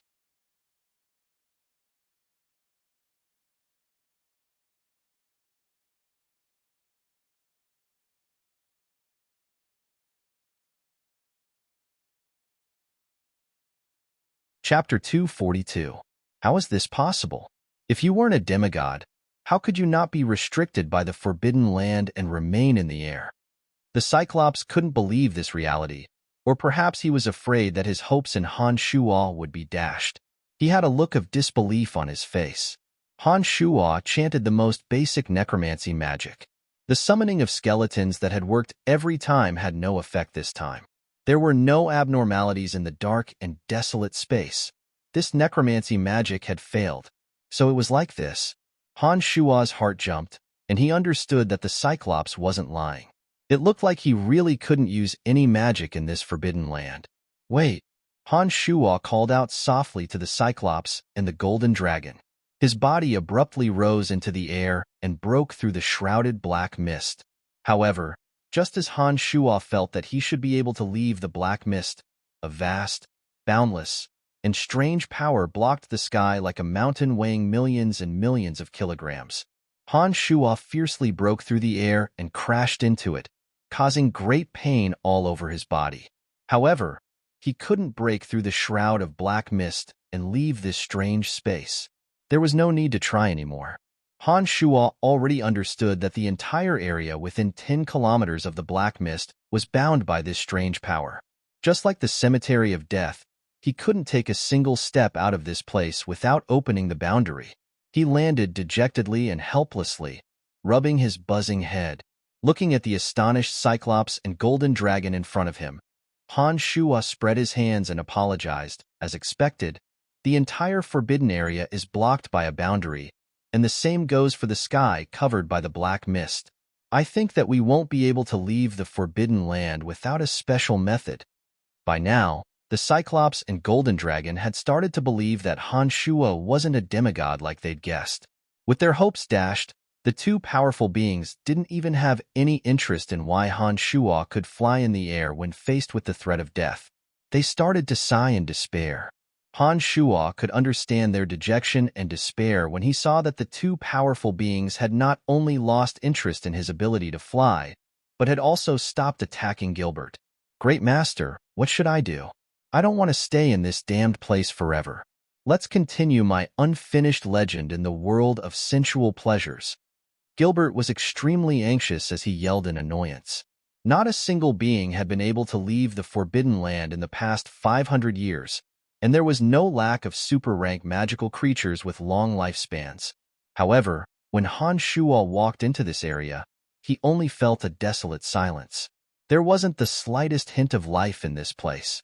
This meant that the super-rank magical creatures with long lifespans must have died long ago. Looking at the sky, Han Shuo discovered that the black mist that had permeated the entire area had gradually become thicker, perhaps because of his forceful charge. The dark, damp air was filled with an extremely dangerous and cruel aura. "I think it's unlikely that we'll die of old age here even if we want to," Han Shuo murmured to himself as he sensed the changes in his surroundings, then suddenly cried out, "Careful, there's danger." Gilbert, who had been blaming the heavens and others, as well as the despairing Cyclops and Golden Dragon, sensed the terrifying changes in their surroundings when they heard Han Shuo's cry of alarm. Their survival instincts immediately kicked in, and they also tensed up, paying attention to their surroundings and preparing to deal with any danger that might appear. Dark mist swirled in the sky, and balls of thick, inky black smoke that couldn't be dispelled could be seen from time to time. An evil and terrifying power swept towards them with the force of an avalanche, making it difficult for them to even breathe. The power that enveloped the boundary weighed down on everyone's backs like a million-ton mountain. Even colossal beings like the Cyclops and Golden Dragon howled in the face of this terrifying pressure. This was a sign that they couldn't bear the pressure and had lost control of their minds. Gilbert, who was only rank 1, had already prostrated himself on the ground like a limp snake, unable to even stand up. Magical yuan circulated madly as a dark, shiny shield enveloped Han Shuo's entire body. Bolts of black lightning circled within the shield as the pure magical yuan tempered the shield over and over again, making the shield's defensive power more and more resilient. In the end, the barrier that protected Han Shuo's body was as beautiful and enchanting as the purest piece of black jade, while Han Shuo was like a living fossil wrapped in black jade, full of demonic charm. The Forbidden Land had imprisoned all of the mysterious powers in this world, but the magical yuan from another dimension wasn't something that could be extinguished by the Forbidden Land. Therefore, when Han Shuo frantically circulated his magical yuan to form a protective shield that he tempered over and over again, he actually withstood the enormous pressure and stood proudly, unafraid. A pair of deep eyes widened as he observed the changes in the entire area. Not a single bit of the sinister aura in the sky escaped Han Shuo's senses. His originally frantic heart began to beat rapidly, and Han Shuo's steady breathing was no longer calm as he actually started to pant. The strange power that enveloped the entire Forbidden Land actually made Han Shuo feel a trace of familiarity. This kind of power was even more enticing to Han Shuo, who was in the bloodlust realm. A wondrous sensing force suddenly came from the demon infant in Han Shuo's body. The demon infant was like a small, bloodthirsty beast that suddenly smelled fresh blood. It could no longer endure the violent rampage in Han Shuo's body and urged Han Shuo anxiously, as if it wanted to do something. Pale green light flashed within the inky black fog that enveloped the entire area. Balls of light gathered towards Han Shuo's group of 3 from all directions. An enormous and terrifying aura of evil overflowed from the large balls of fog. As the pale green light continued to flash, the balls of fog gradually separated and changed shape, forming a sinister and terrifying face that pressed down. "No!" The Cyclops roared angrily and swung his enormous iron shovel at the sinister and terrifying face in the sky. The golden dragon also roared and swept his enormous dragon tail towards the sky, crazily sweeping towards the sinister face of a demon. However, the Cyclops and Golden Dragon's attacks landed in the air and had no effect on the malevolent phantoms. They fearlessly regrouped after dispersing and pressed downwards with frightening ferocity. "Fiend! It's a fiend!" Han Shuo suddenly cried out from within the protective barrier. Han Shuo, who was in the bloodlust realm, suddenly removed the protective barrier that covered his entire body. Rays of bloody light shot out from Han Shuo's body as a thick, murderous aura suddenly wrapped around Han Shuo's body. At the same time, a ray of red light shot out from the top of Han Shuo's head. The demon's lair edge's purple and red light flourished as it floated above Han Shuo's head, continuously spinning and dancing. The normally calm Han Shuo's expression suddenly became sinister and frightening. His white teeth formed the shape of a demon's and his eyes were blood red. The murderous aura emanated from his body and entangled with the demon's lair edge above his head. Blinding bloody light shot out from both of them at the same time. The sinister ghost faces that covered the entire area made shrieking expressions, but didn't make any sound. The evil faces that had been pressing down on the Cyclops and Golden Dragon revealed panicked expressions, seeming to want to escape at all costs. However, with Han Shuo's demon's lair edge as the center, an enormous whirlpool had formed in the sky above Han Shuo and the demon's lair edge. The whirlpool was more than 10 meters wide, and a murderous aura swirled within it. Blood-red light flashed as waves of evil energy filled it. All of the fiends that had gathered over seemed to be attracted by the enormous whirlpool. All of them wanted to flee in panic, but none of them were able to leave. Under the pull of the enormous whirlpool above Han Shuo's head, the fiends seemed to be tied down by invisible ropes no matter how far they escaped, slowly moving towards the whirlpool above Han Shuo's head. The terrifying pressure that could topple mountains and overturn the seas disappeared in an instant. Gilbert, who had been lying on the ground like a soft little snake, straightened his back after the pressure disappeared. He looked at Han Shuo, who was causing a huge commotion in the air, and murmured to himself, "Great Master, what the F***ck are you doing? Little Dark Dragon, just what kind of creature is your master? Just what is he doing? Why doesn't he have the presence of fighting aura or magic that a human should have?" The proud Golden Dragon couldn't help but roar when he saw the great commotion that Han Shuo had caused and heard Gilbert's murmurs. "No matter what, we would have already been killed by those evil ghost faces if his strange actions had resolved the danger we were in just now." The Cyclops stared deeply at Han Shuo with one eye, but didn't discover that Han Shuo had revealed even the slightest bit of fighting aura or magic. According to his understanding of this world, he understood that Han Shuo might not be a demigod. However, Han Shuo's current actions were illogical and had removed the enormous pressure that had enveloped the entire area. This made the Cyclops not dare to underestimate Han Shuo at all. Now that his master had displayed his might, Gilbert also became arrogant. He raised his neck high and shouted loudly, "Damn it! How would I know what's going on? I just know that my master is very powerful. Otherwise, as a great dark dragon, why would I crawl at his feet?" The two enormous beings actually believed the dark dragon's words. Han Shuo's current actions and the existence of Dark Dragon Gilbert were enough to prove that Han Shuo was a powerful existence. It was because of this that the Golden Dragon and Cyclops accepted the Dark Dragon's rude shouts. It was as if they had forgotten the Dark Dragon's despicable actions from before and didn't dare attack him again. With such a powerful master, and this powerful human currently using his own unique method to remove the enormous pressure that enveloped the entire area, they didn't want to attack Gilbert at this time and attract unnecessary trouble for themselves. If this human stopped his current actions and that powerful threat appeared again, the Cyclops and Golden Dragon would still be dead. Therefore, the two enormous beings only snorted coldly at Gilbert's rude shouts and didn't say anything else. Seeing that Gilbert didn't know anything, the two didn't waste time asking him any more questions. They silently recovered their strength as they paid attention to Han Shuo's changes. The malevolent demonic face that had previously floated in the air had now become a pitiful escapee, a pitiful escapee that couldn't escape at all. Even the Cha that had left the area in the beginning were slowly pulled into the whirlpool one by one. No matter how terrified and panicky they were, under the enormous suction force of the whirlpool above his head. It was as if the bloody light whirlpool created by the demon's lair edge and the fiendish aura around Han Shua's body had a restraining effect on these strange, fiendish spirits. In the end, not a single one of them was lucky enough to escape. Under the strong suction force of the enormous whirlpool, the pale green faces shrieked in silent terror as they turned into streaks of dark green light and merged into the whirlpool. The enormous whirlpool was like a strange tree. The enormous whirlpool above was like a lush foliage, while the thin passageways below were like the roots of the enormous tree.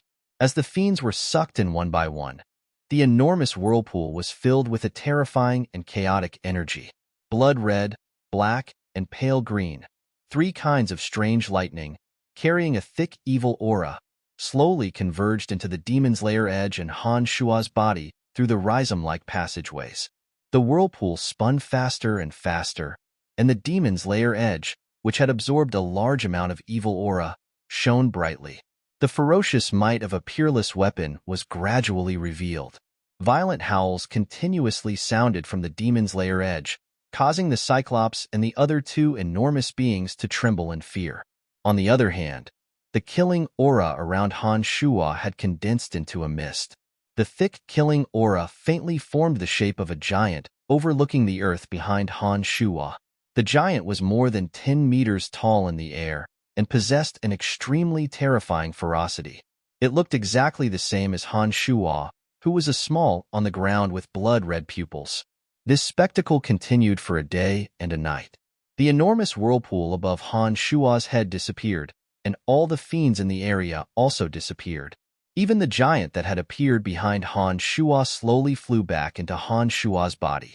Only the demon's lair edge continued to shine brightly as it floated above Han Shua's head. Roar! An evil and terrifying howl suddenly rang out from Han Shua's mouth. Han Shua suddenly stood up with blood-red pupils, as if a peerless soul had awakened from the depths of the earth.